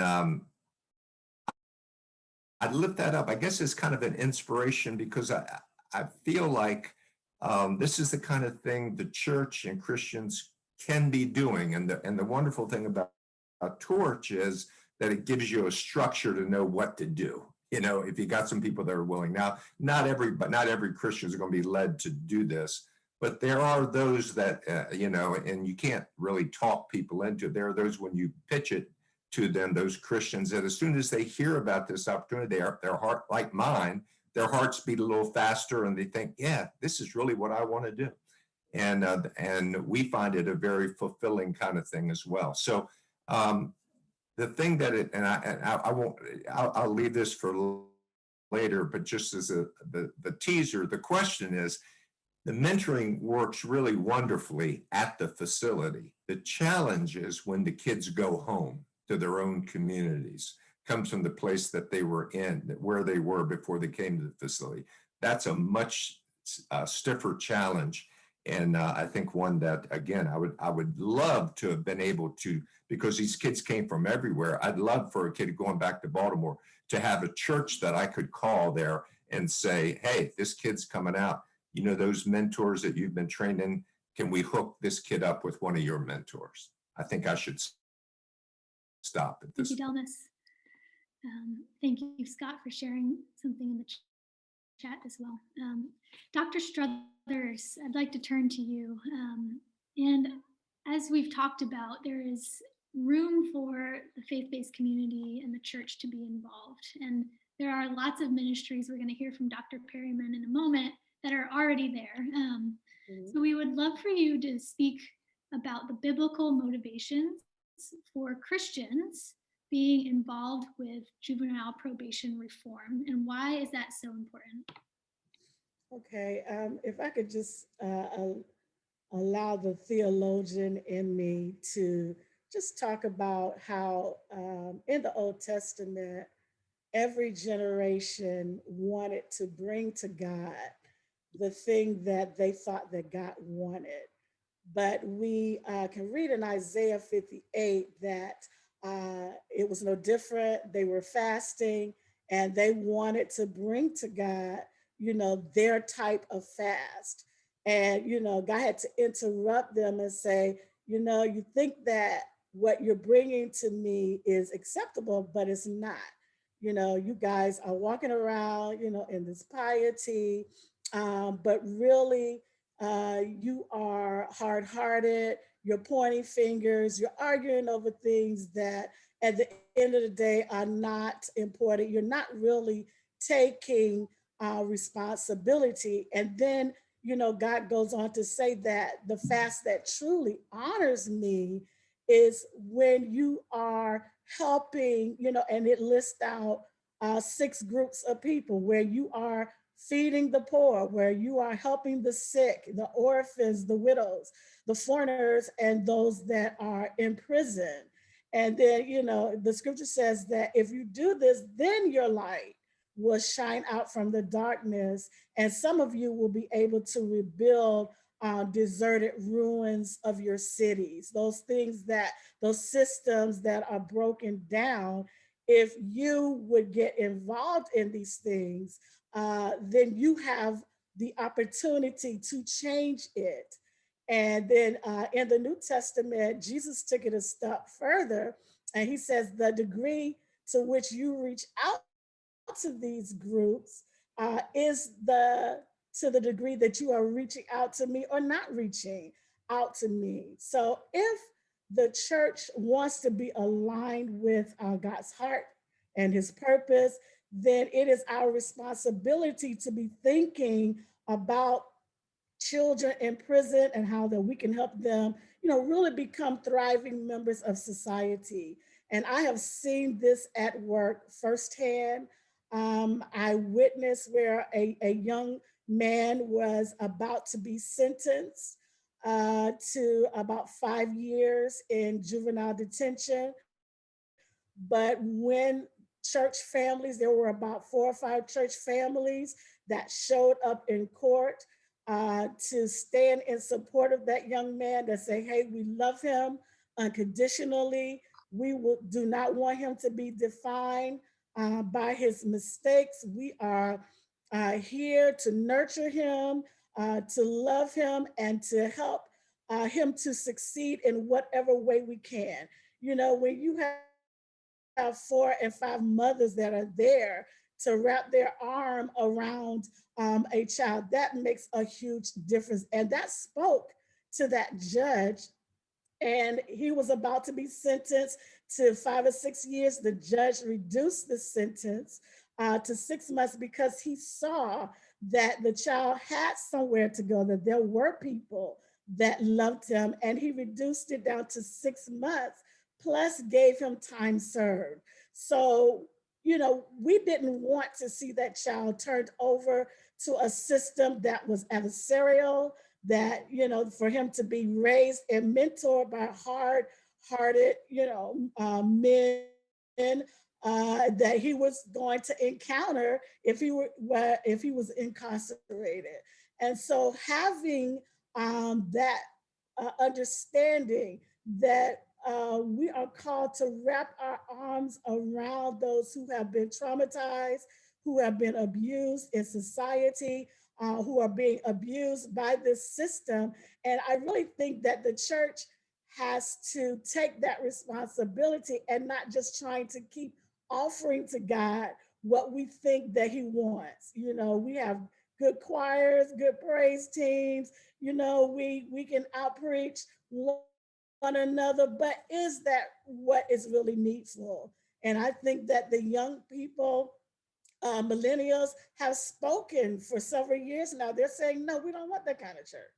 You know, we don't want to be involved in that. We want to be involved in what is going on in society because people are hurting, people are dying, and the church, God has given us the answers. He has given us the foundation to really step in, and like Delmas was saying, that when they do come out, they have somewhere to go. People who will give of their time, their resources to help this life become a thriving member in society. And you know, Jesus said, "Suffer not the children, don't withhold them," you know, and that this is a very serious mandate from God. And Jesus warned us that it is better for someone to have a millstone tied around their neck and be drowned in the sea than to cause, you know, these little ones to stumble. And we have just the opportunity here to really say so many. And I really liked what Seema said, you know, when she said that, you know, that a lot of times we don't see the church operating in the grace and the forgiveness that is needed to step in. But, you know, through Healing Communities, we are coming up against that. We're saying to churches, no, this is what God wants from us. He wants us to go and help and to step in. And when we do, I've seen it firsthand. It makes such a difference to those who are dispensing the punishment, and it definitely makes a difference in that child. Thank you so much, Dr. Struthers. Dr. Perryman, we're going to turn to you. And I'd love for you to share a little bit about Center of Hope Family Services, which is really leading the way if we're thinking about exemplars in this juvenile probation transformation. Center of Hope Family Services is doing that. And specifically, Dr. Perryman, I want to ask you to share about the Family Navigators program, about what it is and how it works, and why you believe that serving the whole family is so important in this work. Okay, thank you very much. I see how we're doing on time, so I'm going to be somewhat concise, but if there are follow-up questions, then we can address those accordingly. So Center of Hope Family Services was an outgrowth of Center of Hope Church, which, as I intimated earlier, was founded because we felt that churches needed to be more involved in serving the whole family, the whole community. And that throughout the Bible, we saw prophets and others who spoke to what was going on in their communities. They went to Pharaoh, they went to kings, they were involved in advocacy and the policies that were needed to better serve their people and the people that they represented. So once we adopted that way of being, it attracted a lot of people because it was different, and children and families could see how it made a difference and how they had to get by day to day. And what we found is that tithes and offering were not enough to sustain the type of demand that our community had. So we decided to found a separate 501c3 to address those specific social ills beyond just the theology of it and empowering and making people aware. But I like to say, so we have the vision of heaven, so then the nonprofit builds the stairway there. What does that look like? What we talk about on Sunday look like in actual action? So the Family Navigator program, I think it's important first to talk about the goals, because the goals drive why we do what we do. And so the overarching goal is we wanted to reduce minority contact with the justice system and out-of-home placements. As I talked about my personal feelings about the issue, my personal experiences with that specific issue. And so our way of doing that was by first connecting families to a support network, because oftentimes children become a part of the juvenile justice system. It can be because a family is already in crisis, or having a child or an immediate family member in the justice system will put your family in crisis if they're not already there. So first connecting families with a support network, then helping them understand the system and its policies, because oftentimes people are just dropped in this fishbowl. They get fragments of information. They are given terminology that unless you have been trained in it and worked there, you would not understand. And then oftentimes those families are judged because they don't know what's going on.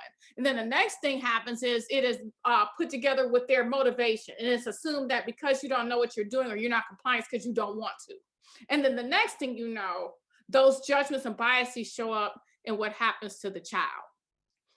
Also, as many of you have talked about, we have to connect families to relevant services. Oftentimes, if the child is acting out, it's because some sort of need is not being met. And we figure out what those needs are. And then we also connect families with a network of service providers that actually have their best interests at heart and actually deliver on what it is they promise. And then we hold their hands and we're part of that process to make sure that the family gets the services that they need and they're treated with the dignity and respect that they deserve. And then once we've been able to stabilize, first of all, making parents feel supported and not like they are the defendant.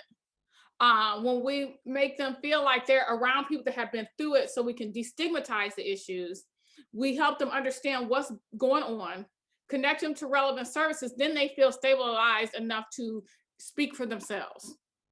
And we walk them through and we support them in that. And so all those things together have contributed to a 40% reduction among our kids in actually being pulled out of the home or detained.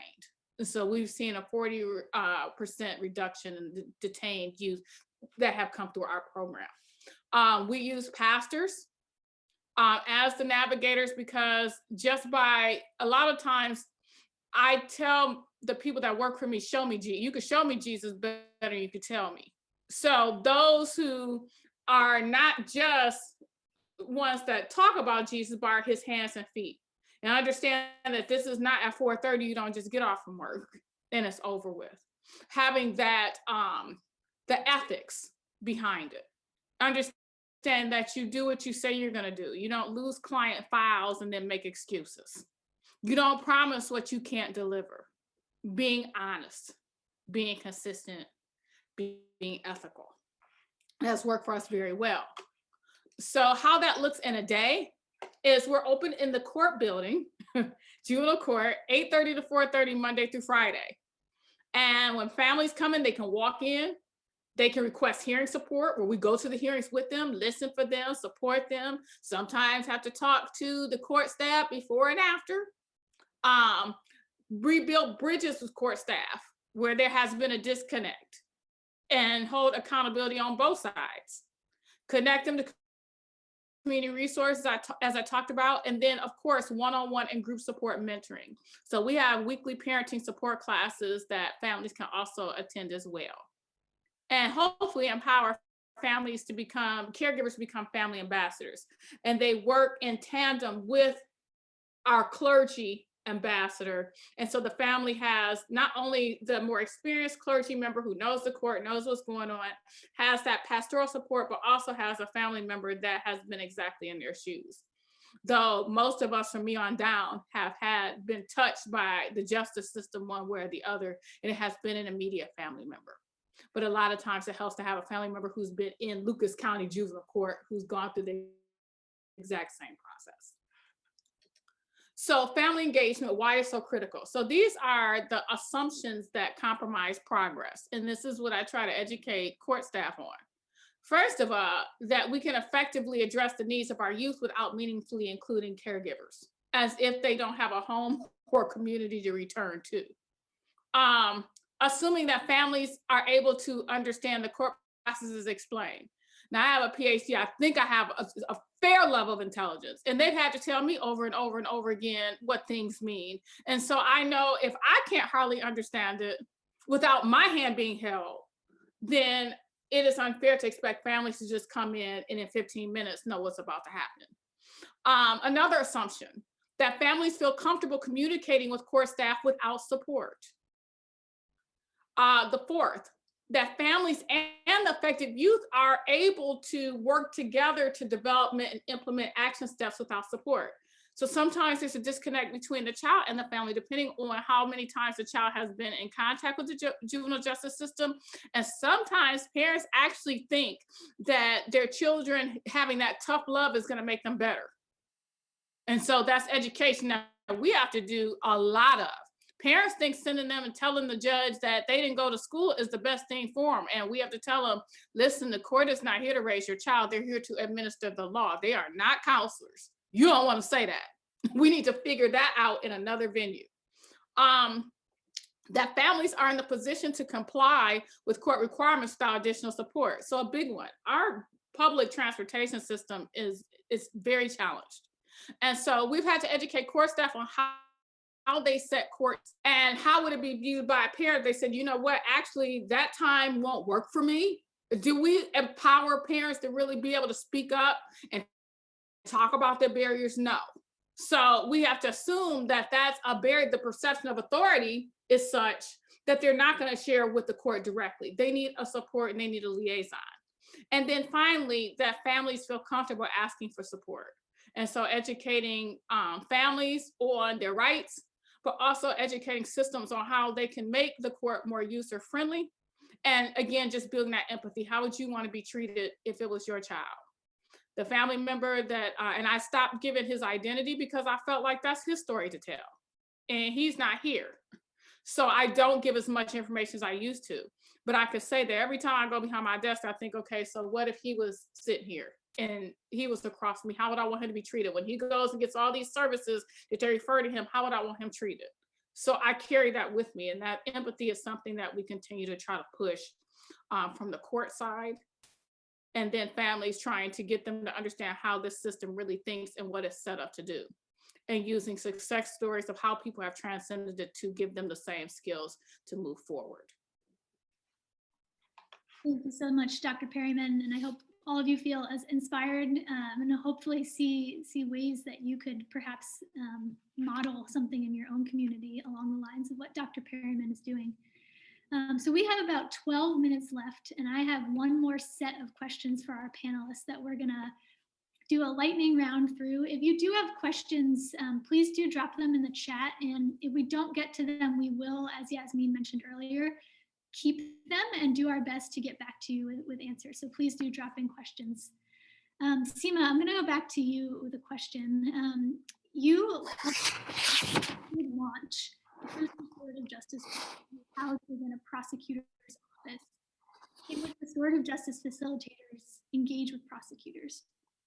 I'm wondering if you could talk a little bit about the type of culture shift that would be necessary to expand the use of diversion as opposed to a reliance on probation at a prosecutor's level. What would that take to begin that culture shift, and how might the faith community be involved? Thank you, Katie, and thank you for all these great, inspiring words from all of you. I really appreciate it. I'm going to be quick because I know you want to do a lightning round. The cultural shift, I believe, that has to happen, not only for prosecutors, but for the whole system, in my mind, there are two things.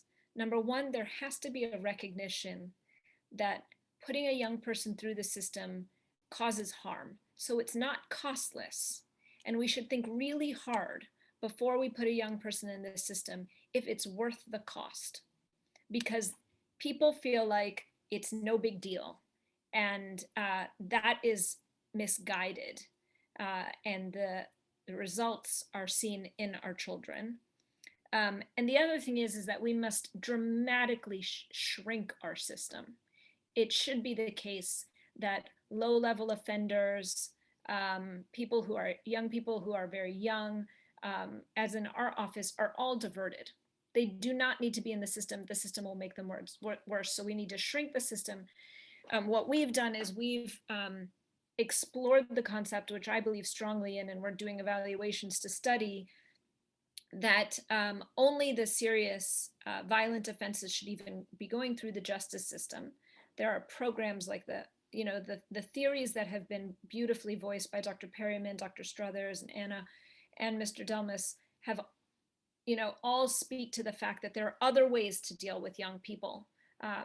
family, community, faith, treatment, programs, all of those things for most young people. For the kids who've committed the more serious violent crime, our belief is that restorative justice is a better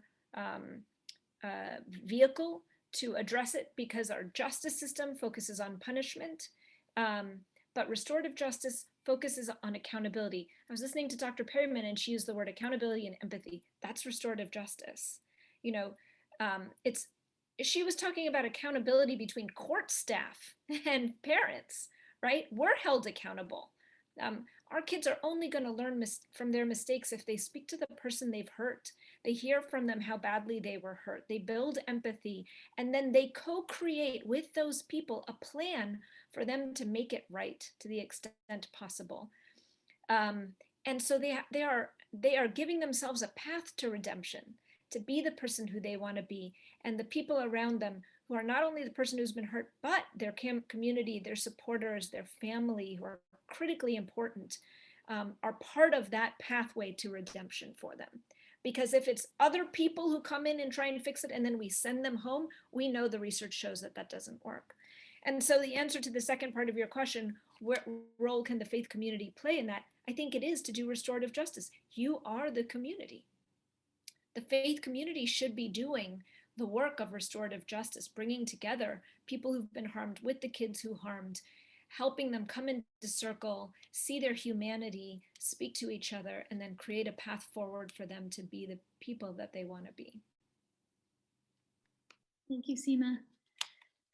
Delmas, a question back to what you mentioned earlier about the importance of mentoring, but also the seriousness that comes with it and the commitment that is necessary. Can you share a little bit about, in your experience, where you've seen mentoring be most effective and done in a way that it is sustainable, particularly for young people before they enter the system to begin with? Yeah, sure. You know, my experience with mentoring, we were always looking for mentors for the kids that we were working with, right? It makes sense if a young person changes his life his or her life in a positive way, you can always find a positive adult that's involved in there that, you know, had a big part in that. So of course, that's what you'd love to be able to put into each one of these kids' lives if it's not there, or to put another positive person in their life. I think we've got to be, my experience was, and the research that I saw at the time that, you know, would be going back a few years around mentoring with our kids, is it can't be a light dose of mentoring. It can't be, it's really got to be a life on a life intensively. It's got to be, it's got to last for a while. You don't bring somebody into a kid's life for a month and think that that's going to turn, you know, it's got to be at least a year. It's got to be seeing that kid several times a month, probably weekly, for an intensive amount of time. And that's hard to find people that are willing to do that and able to do that. I think it's hard to find mentors for any young person. And you talk about kids who have seen as youth offenders, it's really difficult to find people that are comfortable doing that. In my experience, the programs that we found that did a good job with that paid their mentors. Okay, so it might not have been a lot, but they got paid. In the Baltimore area, we had a program for quite a few years. I think it still operates, called the Choice Program, affiliated with University of Maryland at Baltimore County, UMBC. And they would take kids who had just come out of college, and it was almost like a missionary thing. They would say to these kids, we're going to work you to death. We're going to put you in high crime areas, working with kids that need a lot of attention, they called them advocates. And you're going to see these kids like every day, and you're going to do it for just a year. This is not a career. You're going to do it for a year, and then you're going to go on to the rest of your life. That was a pretty powerful model, and you know, intervening in these kids' lives. And we had some other programs, not that many, but we had some others that hired people usually people from the communities that these kids lived in, and paid them to come alongside these kids in a really, constructive way. And that did make a lot of difference. Those would be the concrete things I would lift up. Thank you, Delmas. Dr. Struthers, given your experience with healing communities and particularly stations of hope, as you've mentioned, what role do you think that the church can play in juvenile probation reform specifically? And as has been mentioned, and you've echoed even, why must the whole family be considered in that? Yeah, one of the things I think that Delmas really said it. I mean, if the child is going to go back to an environment that's toxic, the chances of recidivism is great. So the church can work with the family. We had one woman in our church that went to prison for about 3 years. Well, she had about 3 or 4 kids. When she came back, they were very angry. And had suffered because of her decision, but because the congregation got involved in ministering to her in terms of what she needed to do to repair her relationships with her children, and even the children in offering grace and love and forgiveness to her. And so, it took about a good year, but now they're doing well, they're thriving. And so if we leave the family out, then what good is that? I mean, everybody has to be involved. And sometimes parents do not know how, they're angry. They don't know how to deal. And so what they do is they put them out, or they stop dealing with them. And that just does not help the situation. I remember my sister got angry with my nephew, and she put him out the house. And I could not believe that she did that, but that is something that is in our culture. And I was like, girl, if you don't go back and get that boy and bring him back, and you have to deal with your child. If you don't know, then someone can help you. And so, as Dr. Tracy was saying, we have to be living epistles. We have to not only believe the word, but we have to become doers of the word. And love is long suffering. Love is patient, love is kind. And so these are the things that we know, we've heard it our lives, but it is now time for us to begin to walk in that and demonstrate the power of God, where he can take our few fish and our loaves and begin to multiply it. Just step out there and begin to do what we have been instructed to do. You don't even have to make it up. It's already clear. The instructions are clear, and we have to embrace, or rather get the family involved. We cannot let them sit on the sidelines. We have to work with social workers. We cannot leave it on them. We can't leave it on the probation officers. We can't leave it on the court system. Come on, guys. We know that it is important that we are involved in every aspect of life, and not just even when it's unlovely, even when it stinks and it reeks. We're still called to go in and bring the beauty of God's fragrance in the midst of that situation, and be willing to do whatever it takes. Go the long haul. Be loving, be kind, be healthy ourselves, and be transparent, but never giving up. I mean, really being living epistles and showing them who God is through our ministry. Amen. Thank you, Dr. Struthers. My last 2 questions, one for Dr. Perryman and one for Anna, are very practical, and I hope that for those in our room today, as we begin to consider next steps, that you'll find these responses helpful and informative. Dr. Perryman, I want to talk about Lucas County, Ohio, which has taken several steps towards reforming the juvenile probation system. And part of that includes partnering with your organization and with the Family Navigators program that we've discussed. You even mentioned having an office in the court itself. I wonder for our audience if you could share a little bit about how this relationship with the county began, what the very early days of formation looked like that would lead to such growth and partnership down the road. Dr. Perryman, you're on. There you go. All right, so for one thing, we had already been working with the court indirectly through helping them reduce their child support numbers. We were helping individuals with child support cases seek employment, participate in parental support groups. And as a result of our mentoring and helping them with employment, they were paying their child support on time, getting the adjustments they needed, and we're not being incarcerated. And our target population was young men ages 18 to 24, which can be a challenge to work with. So I think that was one thing that put us on their radar. And I think to speak to churches and to other community agencies, you need to know what you bring to the table.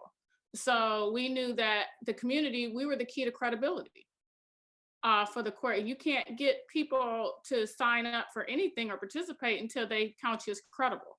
And we knew the pillars on which our credibility stood. For one thing, many of us were leaders and activists in our community already. So we already had a community presence. Faith-based leadership. So faith churches are always filling in the gaps of what bureaucracy will not or cannot do. We had the practical experience by having loved ones who have been through the system and helping walk people through the system before we ever signed up for a family navigator program. But I also had the research-based experience, which are things that are translatable and transferable now, tools that I can share with people. And again, like I said, the personal and the practical experience of doing the work. So those are the pillars of credibility, which the court understood that we had, and we understood that we had.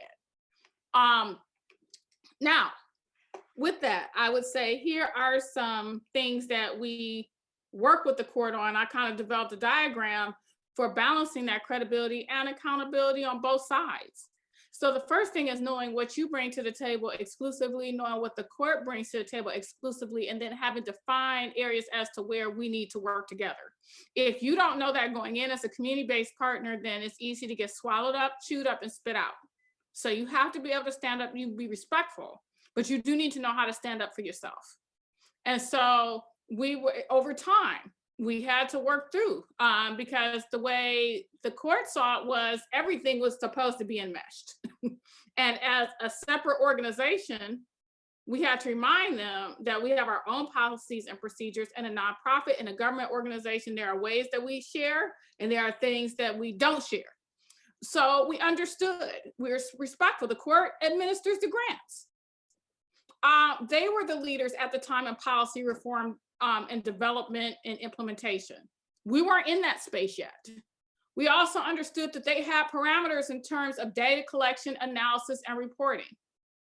But we also said that on our side, we have the expertise in actually overseeing this particular program and implementing it, because we carried the keys to credibility, from the research all the way to the being in the community and having the credibility with the end user. But we also knew that if they were leaders in policy reform and development, that we needed to be good at collecting data ourselves, and we need to have our own data to strengthen their efforts and to help them get their needs met. So we built an infrastructure for that. Now, this is where we said we need to work together on coordination and communication, because they have initiatives they need to meet and we have parameters we need to meet. Data sharing, we understood, but as we share data, we need you to share where your initiatives and your trends are going so that we can collect data that helps you do what you need to do. Analyzing policy and program alignment with priorities, youth, and family needs. So yes, you may have your policy needs, but does this work for the families? Because if it doesn't work for the families, ultimately you're going to lose your credibility. And if you lose your credibility, then you're going to have a hard time meeting those goals from your funders as well. And we have continuously advocated that sustainability should be a shared responsibility. And a lot of times as churches, we feel obligated to be everything to everybody. And that is not the case. If systems have resources they need and they're getting their goals met, and the reality is they save money every time a child is not incarcerated, then they need to chip in on whatever these interventions are. Because if you're not careful, those savings will translate to everywhere but the program that's actually making the difference. So you have to be prepared to do that. So we did a social return on investment. And we now know for every dollar that the community invests in Center Hope, that community saves $6. And so we can also work through with communities how to calculate that, so that when someone says we don't have the resources, we can go back and point to, but see, look at what you're saving by investing in this group. We used to talk about value, but everybody doesn't care that one type of washing detergent may be more valuable, you may use less. You have to also translate that down to savings. So those are some of the things that we have worked through to be able to work in partnership and cooperation with our local court system. I can tell you that they are probably one of the easiest to work with. But in anything, like I call it, it was a shotgun marriage. Like there was a grant, and then like in 6 weeks, we were supposed to be up and running. So anytime you have a shotgun marriage, you have to establish those shared goals and those boundaries. And that's just a part of the work. It doesn't matter who you work with. And so we are very happy to say that we've successfully figured out how to do that, and we continue to work together. And here it is, the 6th year. That's amazing. Thank you, Dr. Perryman. So encouraging. Okay, my last question is for Anna. And I want to reference again the report that we discussed earlier. And in that report, you note that as a direct service organization, which many in this room are representing direct service organizations, you've recognized that in order to address many of the systemic issues that we've talked about today, you need to supplement a direct service program model with a policy and advocacy agenda. And so you've done a lot of work to convene local stakeholders. We've mentioned some philanthropic partners, nonprofits, law enforcement, government agencies. Can you share with this group more about the work to convene such a group like that, and how others in a perhaps similar direct service model might begin the work of trying to convene such a group? Yeah, sure. You know, I happen to be a part of the Pennsylvania Commission on Crime and Delinquency, which is a state agency. I think every state, there's a federal mandate that states monitor and address racial and ethnic disparities. So there should be some governing body in every state. And I happen to be a part of ours here locally, and just learned so much about, you know, the power players, who's involved. And I think that experience for me really opened up new doors of opportunities. And it also gave me the relationship that I could leverage to mobilize folks at the local level. And that's what I did. I mean, I went to one of our foundation partners and, you know, just sort of outlined the vision for how we could move the needle. There are several foundations locally who have established, you know, racial and social justice as a part of their agendas.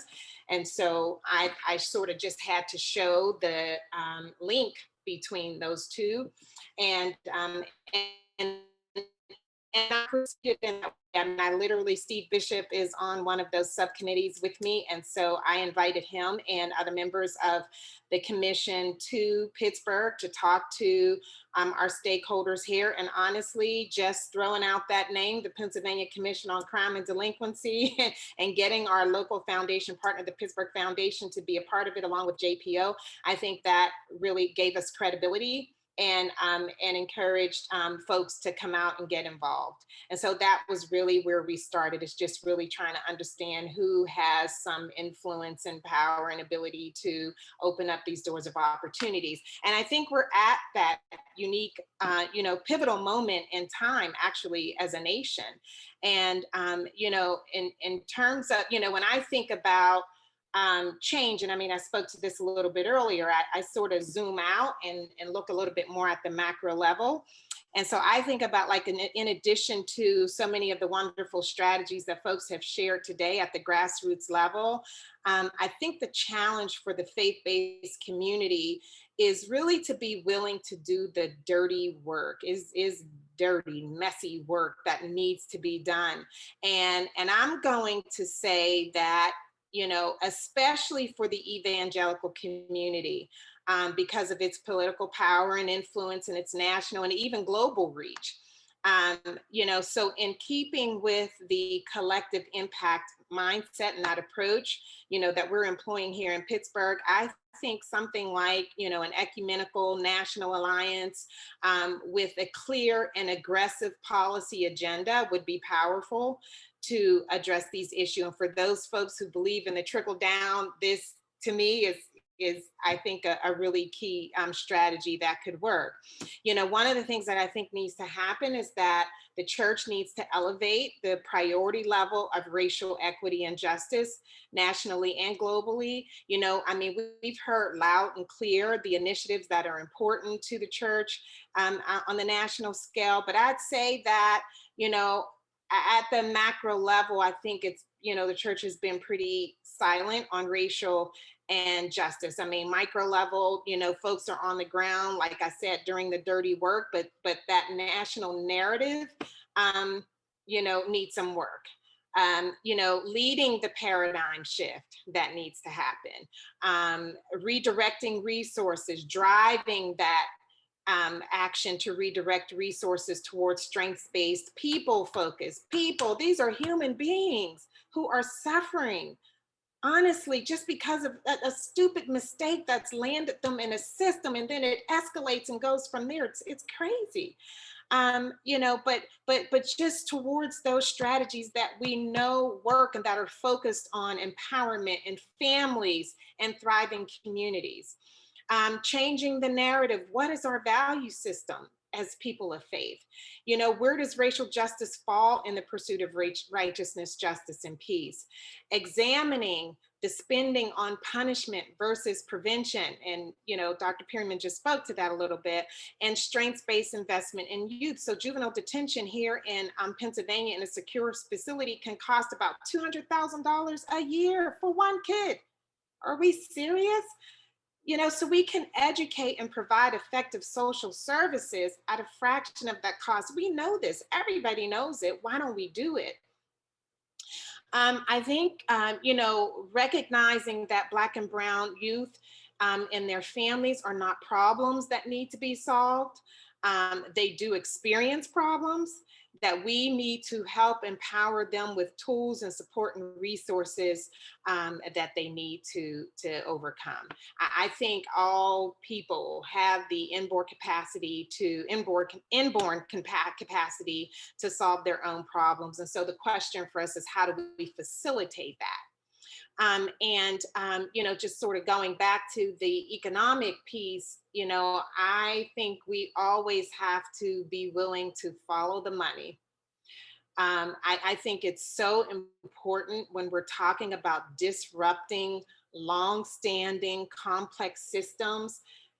We have to understand who is incentivized to perpetuate these systems, who's profiting from systems of oppression, because this is our resistance. This is how we identify our resistance to change, the change that we want to see, you know, at the systemic level.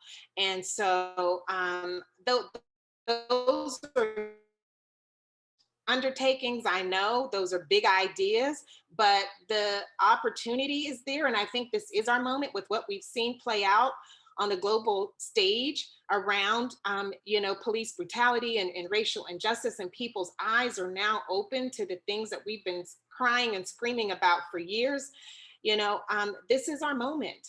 And so I think that whomever has those connections and, you know, the ability and ties to those, you know, at that national level, I think we really have to challenge,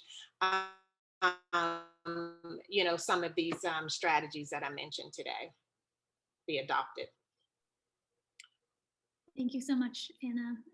I know we could keep talking about this for a long time, but would everyone please just join me in a an applause or an emoji of thanks to our wonderful panel. Thank you so much to each of you for taking the time